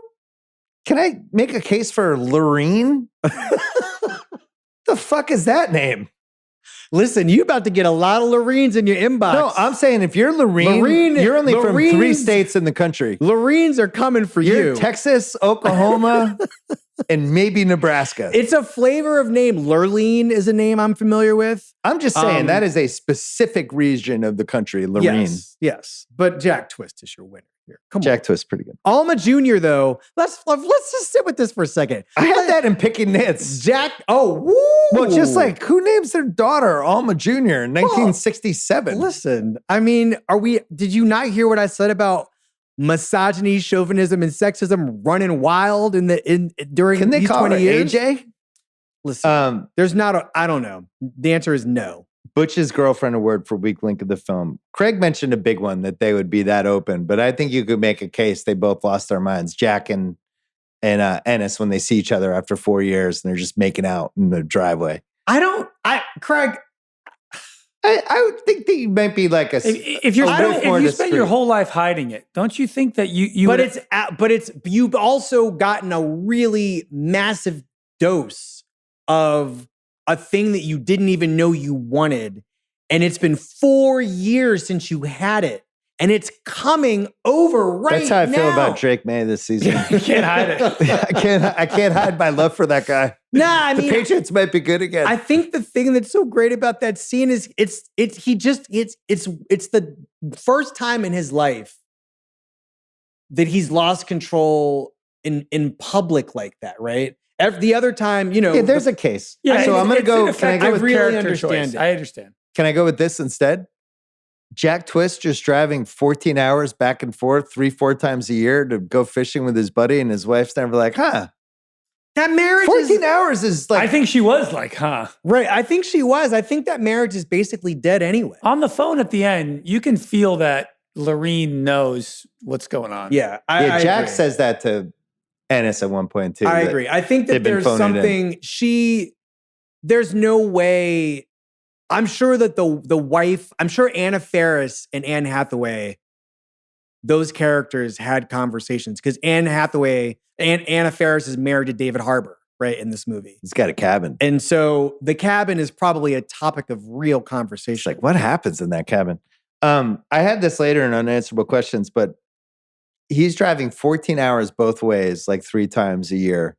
What's the furthest at the horniest point in your life you would have driven for sex regularly? It's 14 hours. I just want to point out, in the AM radio days with shittier cars and no podcasts, that's a long time. It's a 28-hour round trip. That's like if you just decided, if Craig's like, tomorrow I'm just going to drive to, I don't know, Texas.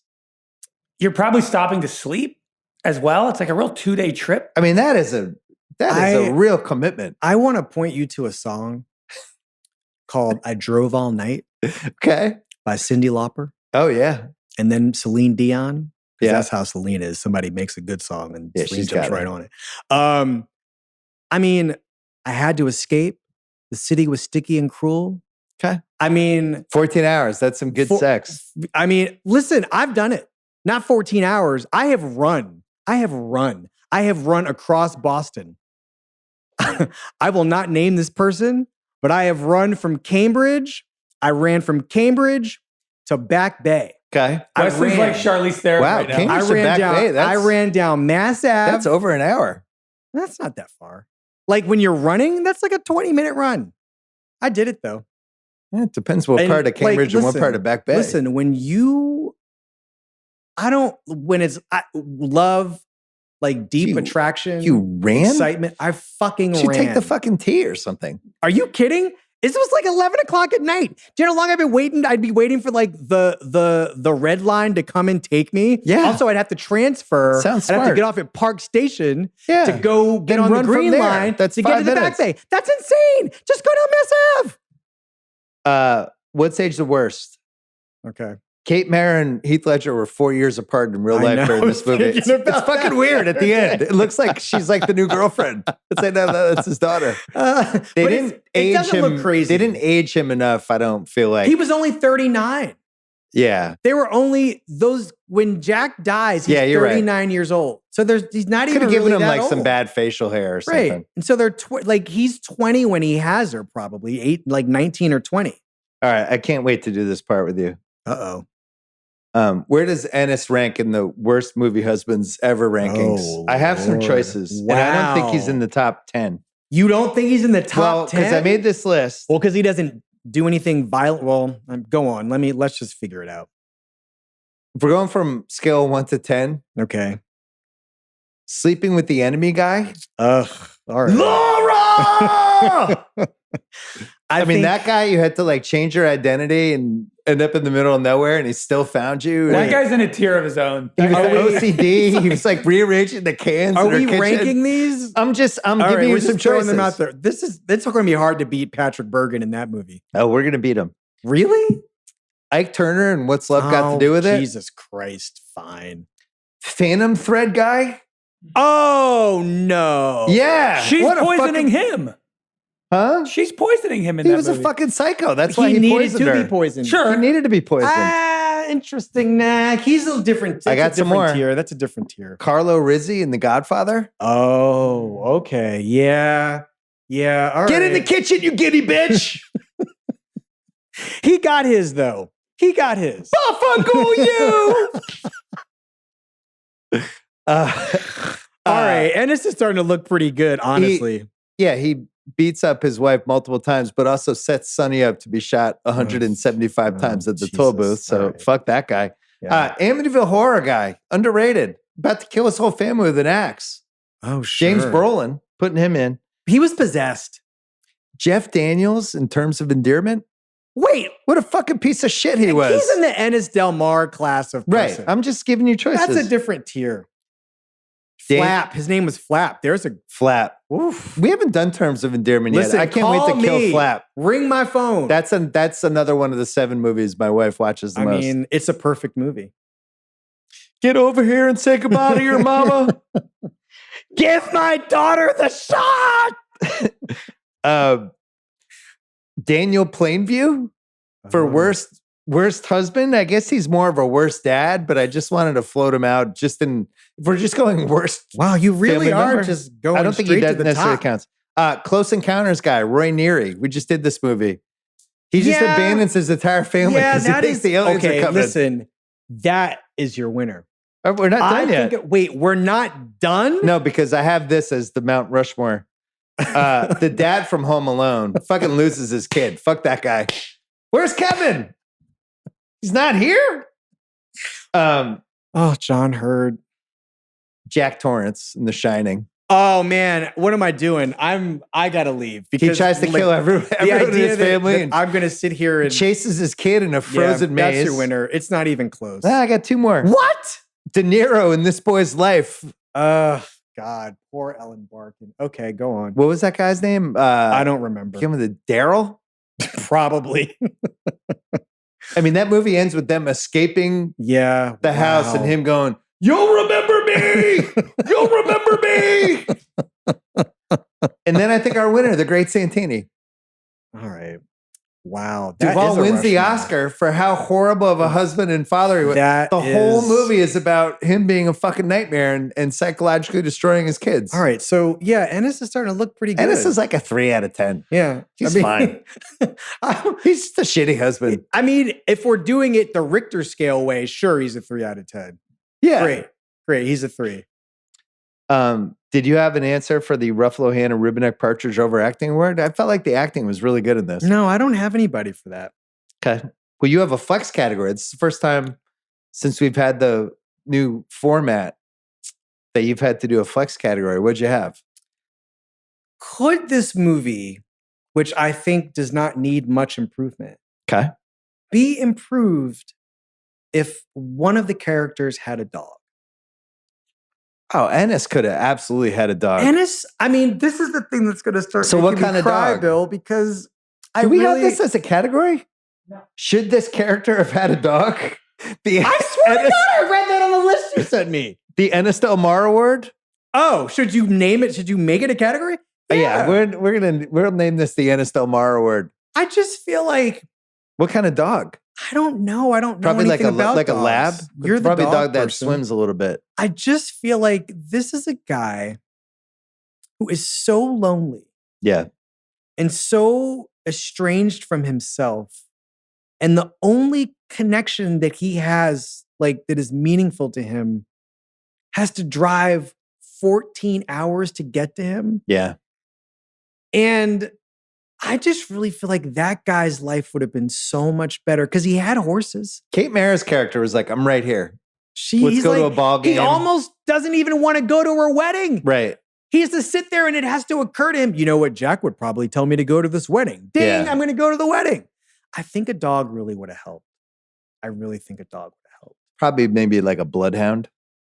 Aren't they? What are they like? I only know them from cartoons. Just they're kind of sad. It's like a dog that would be sad. Ennis couldn't have a happy dog. That's true. It'd be like a hang dog. They need to be like a field dog though, like a herd, That's like what a, I'm like a thinking. red Like a border heeler or collie? Border collie, yeah. Oh yeah, Yeah. border collie's good. Okay. I can Also, see Wesley's right. This is already an award. It's What the is Cliff it? Booth Award. Is this movie better if the main character had a pet? Wow. I'm really going senile. But I think that The Cliff Booth. Now I have to add Ennis to it. add Ennis. The Cliff Booth Ennis Del Mar Cliff Award. Booth. Wow. All right. We have so many categories now. I forgot. All right. The CR thinks Luke Wilson could have been Harrison Ford hottest take award. Do you have a hottest take for this movie? I have one. I can carry us if you don't have one. I don't have one. Okay. I have one. Again, hottest take. I think you can make a case Heath Ledger had 2 of the best 6 or 7 acting performances by a male in the 21st century. 6 or 7? I think you can make the case. That's why this is the hottest take. Go on, make the case. Dark Knight, Brokeback. Mm-hmm. I think if you're doing this list backwards and you're like, all right, I'm making my list of the 12 best actor performances in the 21st century, and you just work backwards from it. Okay.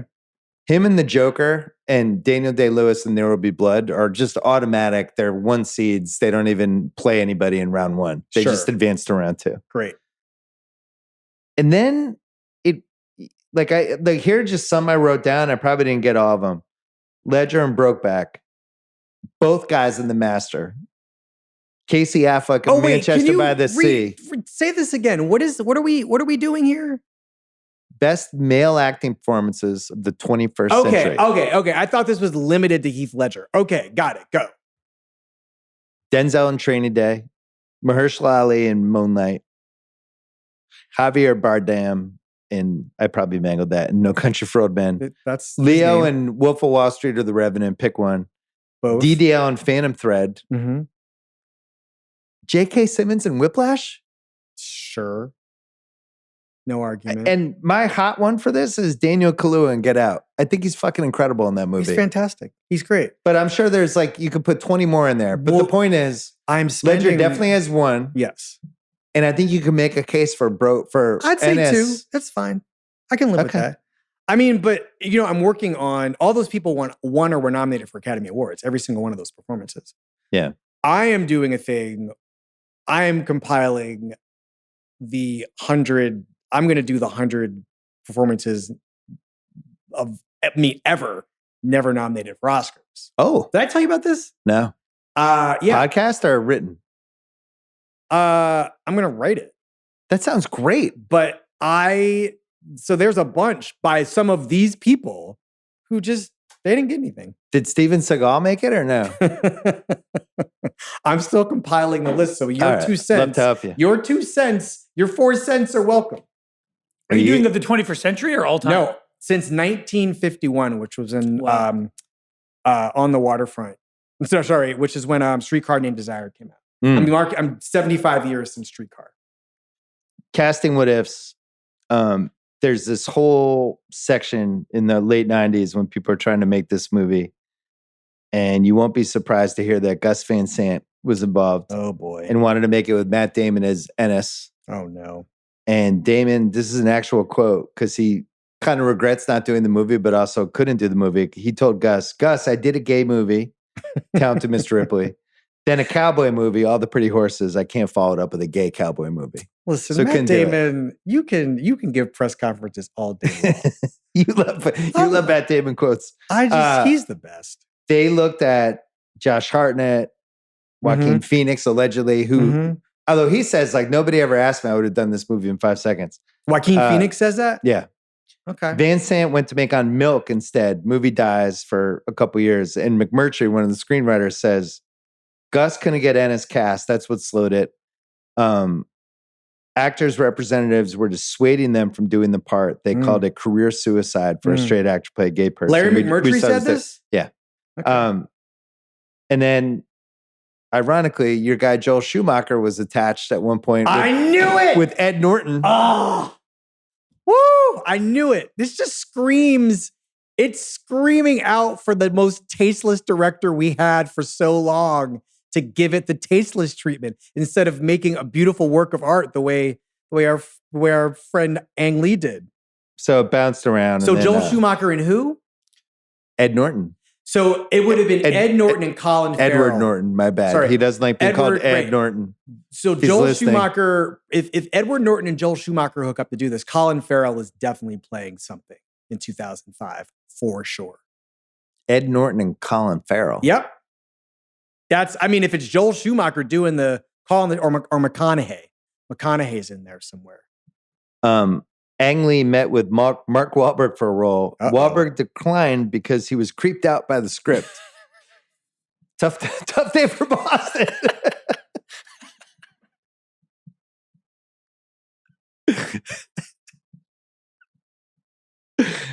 I mean, we have all been on a journey with this man. Listen, I'm just hoping he's in a good place in 2025. Talk about a man who is carrying around a lot of shit. Yeah. And I hope he has worked it out because He just sold his house to Paris Hilton. Is that a yes or a no for working it out? he's been telling on himself for years. I'm just, wow. Okay, great. Ledger from the beginning wanted to portray Ennis and not Jack. Resonated with that character. That more. makes sense. That makes sense. And then Lee and Gyllenhaal, they didn't say what actors were the other ones, but there were some people who were just like, I'm not doing that. Hathaway got the script. They wanted to read for Alma. And she read it and she's like, I'm Lorraine. I want to be Lorraine. And I wonder why. I don't know. It's interesting because she's such an interesting person to me because I'm a really big Anne Hathaway lover under I am too. almost all circumstances. We've both had stock in Hathaway Island for a long time. And I don't even, and I've as had you a know, condo there since 2005. I don't even love Rachel getting married. I know. I think the star of that movie is Rosemary DeWitt. But Yeah. She's in Untamed with Eric Bana. I love her. They're carrying a secret. And there's a murder. It's 8 episodes. Got to find out what's going to happen. Am I going to watch this?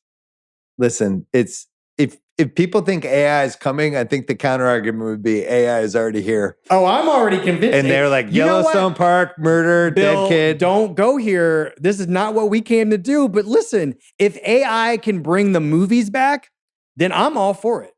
Because if AI, people are already out I've said of this work. to Craig. If AI can give us another round of Seagal and Van Damme and Stallone, if we can just run that back. What? No. That's not what sounds I great. want AI to do. We I just make stuff that I like to watch. just use it as a little yeast, little starter. Oh, You guess bake your what? bread They've been with your using it all AI. decade. Nobody wants to say it. I'm not surprised. Best that guy, David Harbour. He's got to win, right? Because he wasn't David Harbour until Stranger Things. He was A full-fledged that guy for 100%. years. And I saw him when I saw this movie in 2005. I was like, who is that? You know him as David Harbour now, right? Yeah. Yeah. Yeah. No, Do you like he the new was- setup where I can just turn to you? It's and nice. I'm not you're on like the behind rear some camera? I blind. really love it, honestly. Yeah. It's great. Deion Waiters Award. We got Randy Quaid. Wow, you guys stem the rose. Got Although Anna Faris. Anna Faris for a scene. Anne Hathaway's dad. Oh. Really bringing it. Yeah. Who is that actor? Do we even know? I don't know. Don't know who that actor is. The cabin guy named Randall. Down low Randall. He's got a cabin. And then That's David Harbour, right? David Harbour. Yeah. And then Linda Cardellini. Oh, yeah. I think she's really good in She's this really movie. good. And Yeah. by the way, I've always liked her. What's not to like? Yeah, I've always. She brings everything she's got to most of the performances that she's assigned to give. I'm a big fan of hers. She is like 2 good parts short, it felt like, over that stretch. When She should have gotten an Oscar I nomination. wonder who for market Green corrected Book. her. What? What she gotten an Oscar nomination? Green Book. She's really good in that movie. I hate Green Book. I think it's one of the worst movies made in the last 50 years. We're going to argue about that at dinner tonight with my wife because my wife likes Green Book. Listen, some of my best friends like Green Book. Bill. I've saw it for the first time. When? Maybe 5 weeks ago. What? Yeah. I lied when that came out. I pretended I watched it and I didn't. I just didn't want Bill to. Simmons, Yeah. what? Yeah. You pretended to see Green Book? I was like, yeah, I saw it. It was fine. I never saw it. Oh my God. So now what's the truth? The movie just ends.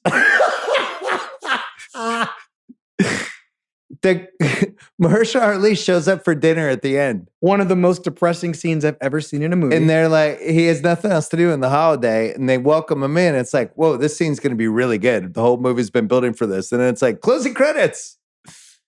They've been friends for their whole lives. I know. And it's like, wait, what? I have to say, though, That was the ending? I just want to be clear about one thing. I'm not done with this. Okay.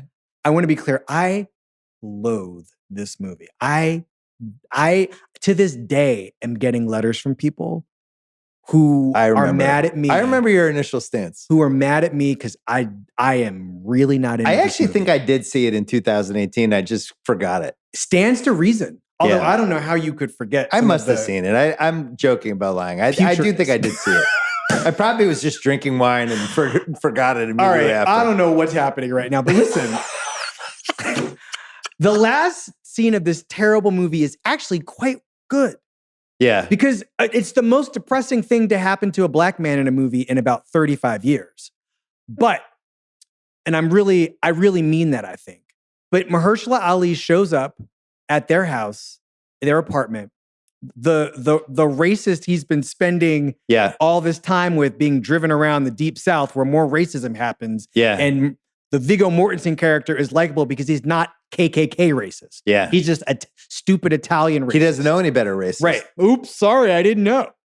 Anyway, Mahershala's lonely, has no place else to go, comes to the apartment for Feast of the Seven Fishes, and Linda Cardellini leans over into Mahershala's ear and says, I can't believe, I've told y'all I'm feeling really emotional right now, but like, I know you wrote the letters. What an ending. It's fine. Because the dinner, they couldn't have sold that dinner because it would have been terrible. There would have been all kinds of eggplant, like just terrible jokes. It needed to end where it ended. And the ending is kind of sweet. I know It's you wrote the only letters. good thing about it. Whoop. I guess I'm going to get up now.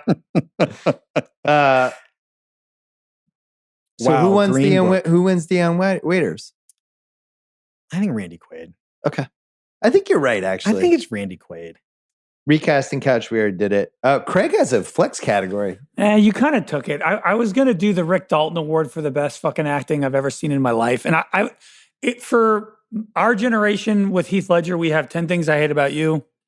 We have A Knight's Tale, which is a movie I really like. Oh yeah, Knight's Tale. Another good movie star performance from Heath Totally. Ledger. Brokeback and Beloved movie. Brokeback and then Dark Knight. And I think even with some of the best, Leo, Daniel Day-Lewis, when I'm watching movies with them, I still see Daniel Day-Lewis and Leo DiCaprio. I think Heath Ledger is the only lead where I'm like, I don't see Heath Ledger. Like The Joker and Brokeback Mountain and 10 Things I Hate About You, which is like a teen romantic comedy. The fact that he gets away with all three of those characters and you never once think about any of the other ones, even when you rewatch these movies over and over, I think is so incredibly impressive at his age. I don't think anybody else has done it like that. There's no through line. I mean, it's true that we don't have enough data really to create one. Yeah. But one of the silver linings of the tragedy of his life is that all the characters they stand individually, discreetly apart from each other. I mean, the next time most people saw Heath Ledger after Brokeback Mountain was as the fucking Joker. Right. And it was like immediately it worked and it was one of the best performances ever. To go from Ennis to the Joker is like one of the most insane jumps in movie roles I think ever. It's really crazy. I agree. Yeah. I mean, in a weird way, I'm always reluctant to give actors credit For acting? For stretching or like doing something different from the other thing. But I also think that I don't know how old. So he was 26. Yeah, he was. When He's 25 and Brokeback. He's like 21 when he does 10 Things I Hate About You. Yeah, and maybe he's like 27, 28 because as the Joker. I think the thing that feels impressive now is who's going from that to that, right? Like whose pendulum can swing that far from one direction to the other direction. The guy who just came to mind is Pattinson. Yeah, but there's a little. I still always feel like he's Pattinson. It's not that. And Chalamet, I always feel like he's Chalamet. I Even though even think feel he's a like good Leo actor. is always Leo. Fair, but you know what the thing about wait, can I? Well, I don't feel like young Ledger is people. always Ledger. Well, we're talking about Right. See, the thing is, we've already left the zone of young people. DiCaprio's 50, right? I was about to talk about Denzel. I had to bite my tongue, but in this new Spike Lee movie, he's doing this is another Denzel. I've never seen this Denzel before. It's very subtle, I think but it's very different. Younger Pacino became different people in weird ways. But Craig's point is, I don't know. It's very difficult now to imagine, given the dearth of material, the scaredy catness of the people managing people, the actual lack of talent, I hate to say. Like, I don't know who is capable of first giving the Brokeback performance and then giving that performance and getting cast as the Joker in So The you're Dark agreeing Knight. with Craig? Yes. I'm just saying we can't have this conversation for very long and still be Good talking flex about category. people under 30 years old.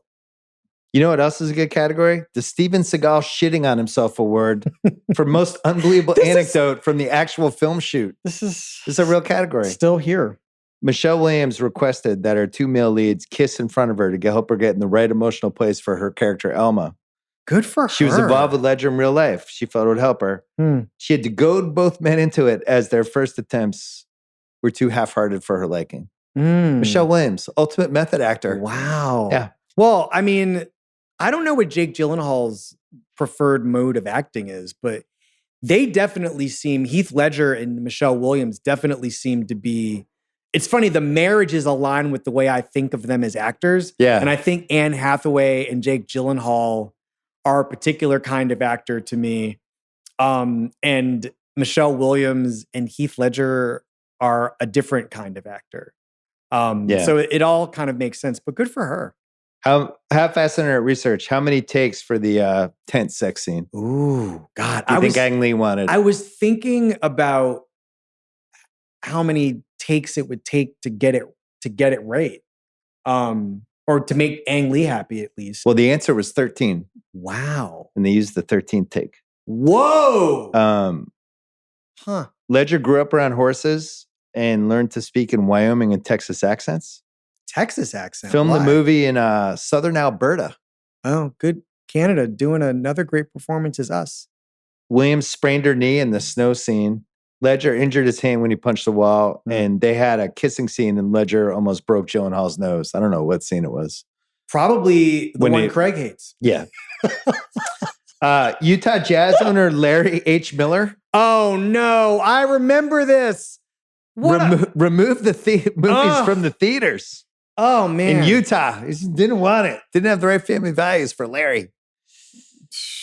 He said, Did he see the movie? He said no resemblance of traditional family, which he believed is, quote, dangerous. Did he watch the movie? Focus Features says, we'll never send another movie to Utah. How about that? Good for you. Focus Features, by the way. Yeah. Great job by them. Brokeback Mountain, first major film to be released simultaneously on DVD and digital download. Is that significant? Apparently. For the films, I have some alternate foreign language titles for Brokeback Mountain. Oh no, I'm so scared. Don't be scared. All right. We have in French, Italian, and Portuguese. It was titled Les Secrets de Brokeback Mountain. No, you guys, what the fuck? Or O Segredo de Brokeback Mountain. No, come on, survey says. No, why in are we Canadian doing that? French, the translation was Memories of Brokeback Mountain. Okay, thank you. See, the Canadians, well, also, No, they're you're not going to like the involved Spanish in- titles. Oh, no. In a Forbidden Terrain and Secret in the Mountain. Forbidden Terrain is like 1992 Seagal. El Terreno Vedado. Oh And then my in God. Hungarian. Uh-oh. These guys usually make the best posters. So let's see what they got. Tu el Beretsko Lagon, Beyond Friendship. Ooh. Kind of a provocative It's title. provocative. I think Beyond Friendship's a good title. I kind of like it. The Hungarians come like if through. Netflix had a show that launched today and it was like Beyond Friendship, I'd be like, oh, all right, what's this about? I kind of like that. I actually do like that. Solid. Annie Proulx said she regretted writing the story several years later and said she gets too many fan fiction about alternative plots, people saying, here's what you got wrong, and just a lot of backdoor driving with the backseat driving. From men who were like doing fanfic on her. Backseat driving. Backdoor, okay. Yeah. I mean, we should just say, just real quick, this short story is a marvel. It is a marvel of concision, brevity, description. Have you read it, Craig? It's funny. No. It's great. It's really great. It is a phenomenal. It appeared in the New Yorker, right? Yeah. Yeah. Depressing if you're a writer. Oh, this might make you you never cry. do it. Yeah. Uh-oh. I haven't done it yet. I haven't cried yet. Daniel Day-Lewis won the SAG Award for There Will Be Blood and dedicated it to Heath Ledger's memory and said the final scene in Ennis's trailer was as moving as anything I've ever seen. I remember that. Yeah. I remember that. Heath Ledger told Philadelphia Inquirer that there was a sequence film for the movie where Jack and Ennis helped some hippies get their car out of a river. And it took 3 days to shoot and it was terrible and everybody hated it. Yeah, that's not in the story, that's for sure. And then Annie Proulx sent Jake and Heath an original autographed copy of her story and wrote to Jake.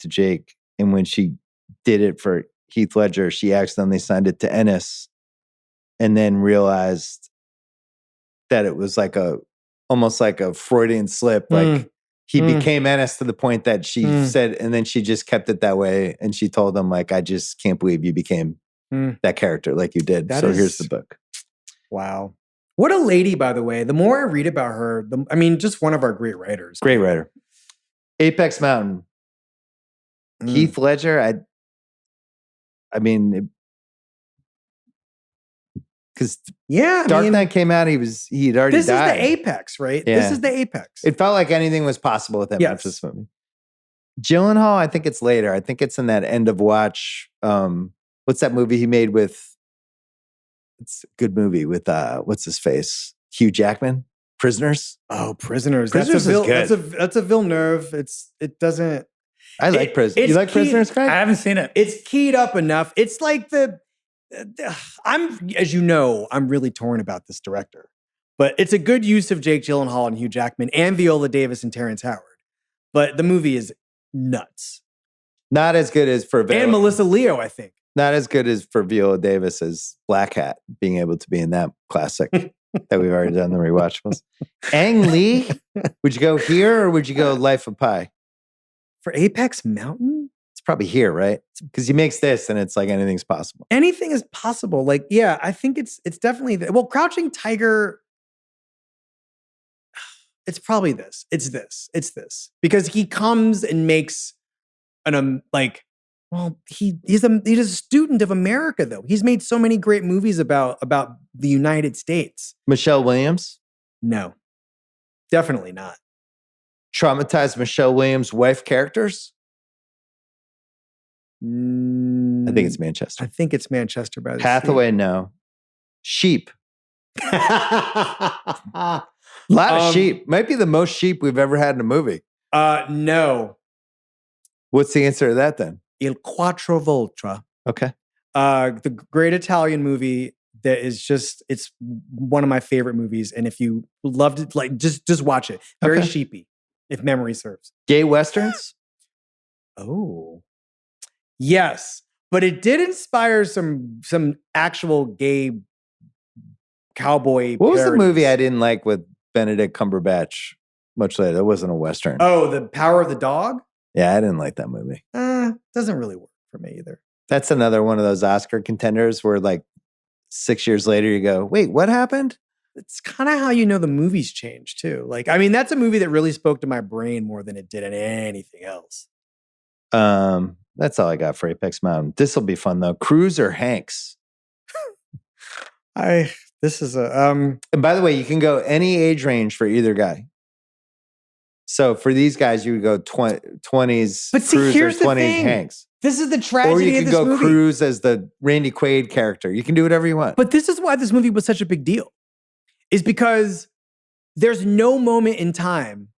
Maybe in the 70s, you could have got Pacino and Cazale to do this or something like that. But then, like, what are they doing in Wyoming? I think Pacino and Cazale absolutely would have done this. Yes. Pacino fucking made Cruising. Right, of course. One of the 5 greatest movies of all time. I don't think that Tom Cruise would have gone near this thing with it. Like any era of Tom Cruise. So Tom Cruise is the answer because he could have played Jack Twist. I don't think he would have played Jack Twist. Would not have played Jack Top Gun era Tom Cruise. He would He have would been like, my oh next my God. movie is Brokeback Mountain.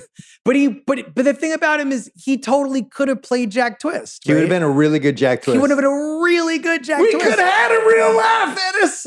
There could have been a running scene though, where like one of the sheep gets away and he's just sprinting after the Well, there sheep. are those moments where Jake Gyllenhaal is really kind of just enjoying himself being drunk as Jack. Yeah. Where- He gets a little cruisy-ish. yeah, I mean, I don't know. I feel like How about Scorsese or Spielberg? Probably Spielberg. I don't know.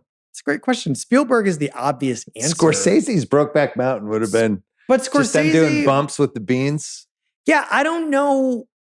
I feel like it would be interesting to see what choices. I love movie director karaoke, right? Yeah. Like when given the opportunity to inhabit the filmmaking of another great director, what does a great director do?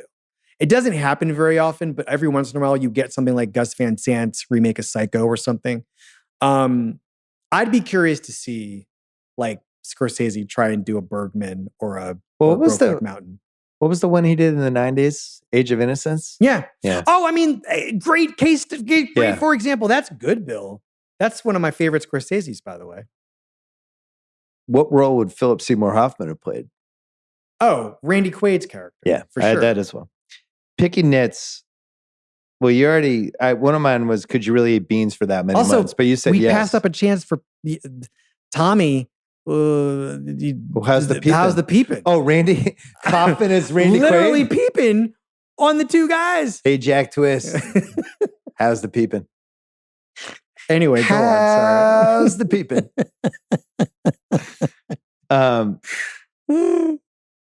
Picking nits. This is from my wife, who's seen this movie too many times. Anne Hathaway has a newborn, and it drives my wife crazy when babies are in movies, but they're clearly like 4 months old. And it's just, she wanted me to put that in the pod. She's like, just let's all get better, Hollywood, with when we have newborn babies and a newborn baby scene. She's got child labor issues.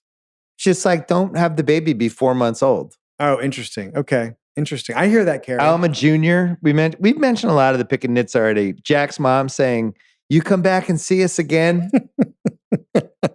We put that invitation in my back pocket. I have more unanswerable questions than pick and nits. Okay.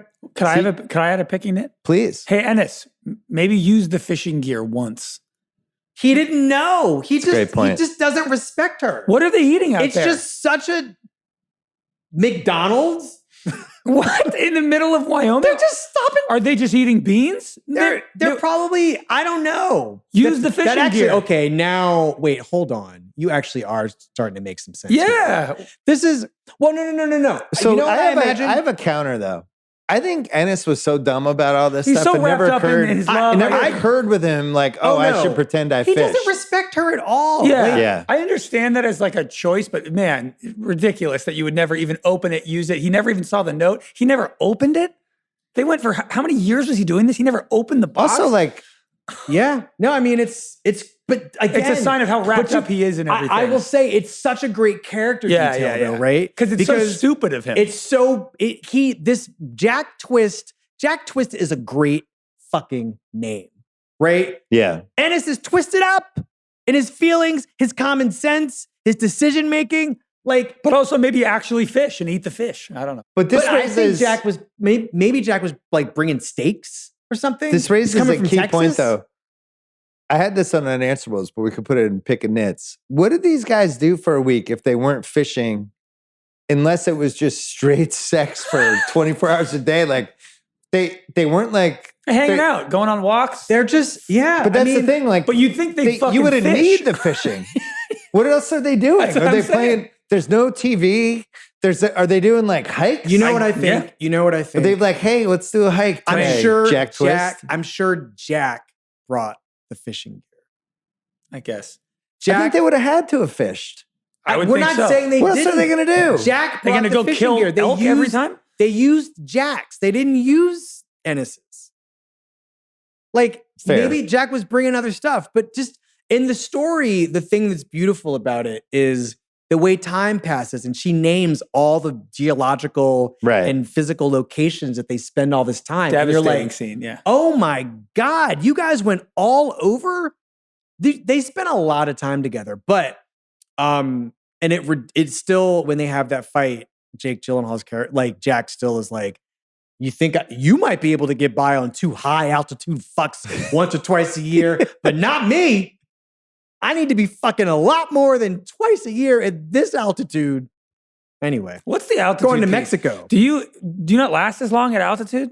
Nah, me personally. No, like in general. High altitude fucks. because not an issue for me. I didn't know why he pointed out high altitude. What It's is, just a great line. It's I just didn't know. a great line. I didn't know if you like don't last as long at high altitude or if that's a thing. I didn't know why he pointed. I mean, that out. if you think about what he's asking, Or you them- get tired quicker? The only place that Ennis will go is that far. He doesn't want to leave his area. I was trying to and it's so secluded.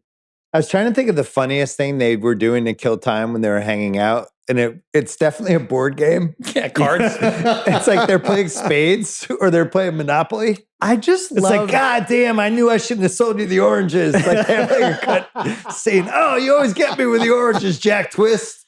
But I actually love that we are sitting here talking about how these two men spent their non-fucking time. Well, they're there in a week in the middle of nowhere. I They know. had to have fished. But can I just say that the thing that I have not cried yet, and I'm not going to, I take it all back. But I think that the thing that is so moving about this movie in so many ways, and the thing that I could not have appreciated as a 29-year-old or whatever, Yeah. is what love is. And love at some point becomes so much more than the sex. Yeah. And I think that one of the things I that, tell Craig this all the time. I mean, as marital advice, Yeah, as a you know. married person to You know, another it's- married person, It's boss, in the HR, when we do like our HR reviews. it's well So put. I have to give him some we are advice. being Every year recorded it's the same note. which is what? Just so It's not all about the sex, Craig. Yeah, it's more. There's more to life. I mean, but truly, honestly, I think that like it was so dumb of me, or like I think that the real kind of social genius of this movie and the people who hated it and never saw it but accused it of being activist, they didn't understand what the activism really was. The activism is that these men are not shown screwing each other's brains out every 15 minutes. It's that we understand that what is going on these trips, or at least I watching it as a person in a relationship and in love with somebody right now, is that there is so much more happening in these years than the fucking. And the real radicalism is that these two men have found a way to live more or less in harmony until Ennis gets in his feelings and wants to murder. And that we've definitely never seen before. Like where the three of us can sit around and talk about how romantic this movie is. Yeah, and especially the other relationships are so bad. And, this And the is like other the one good relationships one. are so bad. And think about this. It's happening in nature, right? Yeah. It's happening in the outdoors. In God's country. It's pretty rare when a movie can pull off when you're upset that the characters didn't end up together. I mean, Casablanca is one of the most famous movies of all time, right? This is something that's been happening forever. But movies try to, especially like every rom-com tries to do this, every sort of whatever, and it's a hard plane to land. But here's another subcategory for you. Yeah. When the relationship doesn't work out because one of the characters made a stupid choice or made a principled choice that isn't stupid but is principled. Or in Manchester by the Sea's case, burn their house down. Whatever. Yeah. That's the worst case scenario in this. But when but that doesn't count because it's not a love story. But when the love story doesn't work out, Right. because somebody just can't do it. Yeah. That is really, that's a very tricky and to me, really moving way of thinking about love too. You know what's a good version of this, weirdly, is Big. Ooh, oh, interesting. Even though it has not aged well. Because she's talking about bad smoking. The kid's about to be 12 again, and she's like, hey, give me a call in a couple of years. It's like, whoa, we've talked about it on Rewatchables. But it's like that kind of, these two actually might have been soulmates, and it just can't work out because, by the way, he's actually 12. I think Elizabeth Perkins would have waited. I think she really would have. She's great in that movie. She sure is. Wait, we have a couple more categories before we go. Is this movie better with Wayne Jenkins, Danny Trejo, Doris Burke, Sam Jackson, Nell, Byron Mayo, Tony Romo, Chris Collinsworth, Daniel Plainview, Longlegs, or Wilford Brimley in The Firm? I mean, can we test drive Sam Jackson's role in this? as the David Harbour character, perhaps? There's not a lot of blacks in this movie. Not a lot. There is zero. Yeah. There's zero blacks. Are you expecting to see some? I'm just trying to figure out how Sam Jackson. Well, you know, if they were making this movie now, they would find a way to put a black person in it, and I would object. Could Sam Jackson, unless it was Kanye West, which would make could Sam regionally Jackson be appropriate sense. Fishing like near these guys and be like, what the fuck are those guys doing? That's like Sam Jackson. Well, what would Doris be doing? Doris Burke. I want you to watch Jack Twist, how he maneuvers these sheep around. There is nobody better. He is in full scale. He knows what his herd is and what the other herd is. And this is just a master class, Wesley. Oh, nobody cooks beans like Jack Twist. Just one Oscar. Who gets it? One of the tougher ones in a while because it could go the movie, Heath Ledger, or Ang Lee. And Ang Lee won the Oscar. And Score won the Oscar. I think you give it to the movie. I think it goes. I'm down with that. Is that way you honor everybody? Yeah. It's the just thing to do. Probably unanswerable questions. At the end, so Jack Twist had kind of moved on to our guy David Harbour? Yes. Begrudgingly. He was never over. This is a love of your life situation. But also, Jack made it clear, like, I need to twist. Did we need Ennis at the end to be like, he goes up against the shirt and is like, fuck this guy, and just whips it. Why don't you give this to the cabin guy, fucker? It just gets bad. But you know who didn't come see the parents? Yeah, David Harbour. Didn't offer to bury the ashes or take the ashes to Brokeback Mountain? David Harbour. This is really good stuff here for unanswerable questions. In 2010, Anne Hathaway gave an interview about this movie, and she said she had no idea whether Lorraine told the truth or not in the phone conversation after Jack died. I love that. It gets better. She shot 2 takes of the scene. One in which Lorraine knew what was going on and knew about the gay bashing, and one in which she had no idea it was a terrible accident with a car tire. Shots from both takes were edited together in the final movie. And she still doesn't know what Ang Lee thought the character knew. And she says, Ang knows the truth in his head. It's not important to me. The ambiguity is what is the strength of the scene and why it's heartbreaking. Can we just... Great stuff by Ang Lee. Ang Lee, man. Do this one way, do this way. And I don't know what I want yet. He had 2 editors on this movie, I believe. And one of them passed away during post-production. Or at some point during the production of the movie. And I love Anne Hathaway so much as a professional person. Yeah. And I love that I love listening to her talk about how she does her job. And trade secrets. Yeah, she took shit for really loving being an actor and being kind of artsy fartsy but about it. But this is how we got where we got. But now Bill. It's back. People are back in. Like Devil Wears Prada 2 is going to make $1 kajillion. And that's going to be her exclamation point career moment, I think. Which, if it's good, I have mixed feelings about. But either way, enough with these AAR prequels. I don't like. This is a sequel. I fully support. I want to know what's going on with these characters. Like, does really? Adrian Grenier have a food truck? He makes a hell of a grilled cheese. Is he set up in Boston, LA? Not in Eric Adams, New York. He doesn't. I'm going to leave that alone. What piece of memorabilia would you want or not want from this movie? I mean, I'm just going to be really basic and ask for the shirts. So the shirt sold on eBay in 2006 for $101,000. I have no idea what they're worth now. That's it? This 2006. Oh, that's I think true. now they would be probably, Way especially the more. Heath Ledger one. Yeah.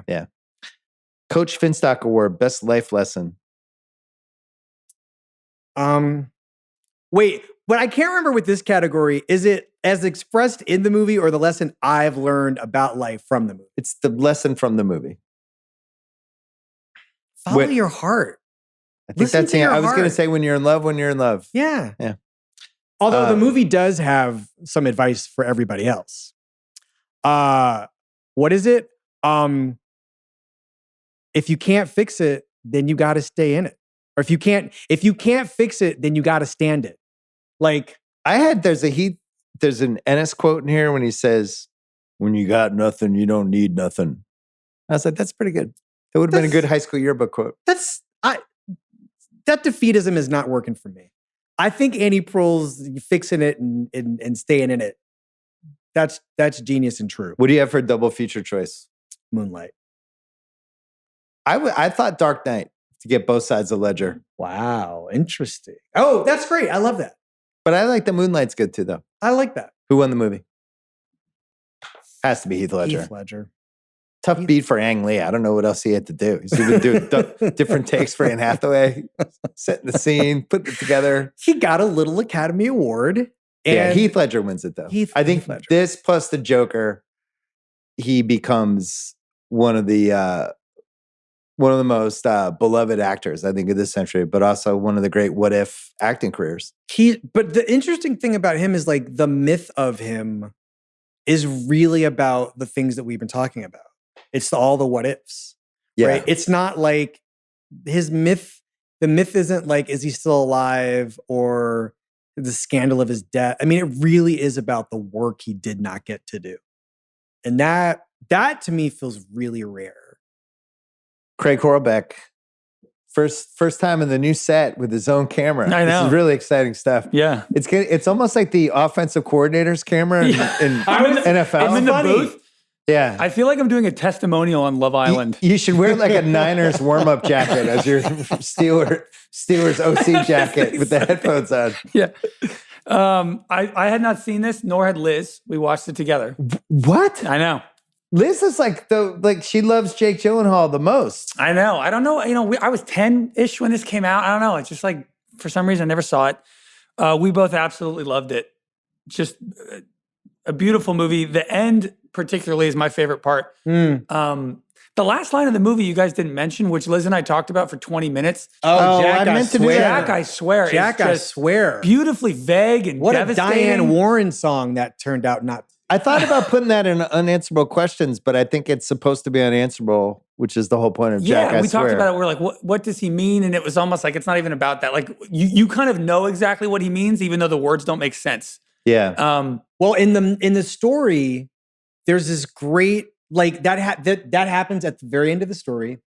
And so that's accurate to the short story. Annie Proulx has this great line with this paragraph that basically where she says, he's answering a question Jack never asked him. He never asked Jack to swear to anything, but here he was doing it anyway. It just like he was so carried away. I mean, this character is so amazing. The ways in which he's always fighting himself, and then these moments of truth come out and they come out wrong. But that, to me, at the end of the movie is the one moment where he says an honest thing that isn't also using his fists or, his forearms to express it. It's one of the best movies of the 21st century. It's also such... Well, I can't believe you haven't seen it. I know.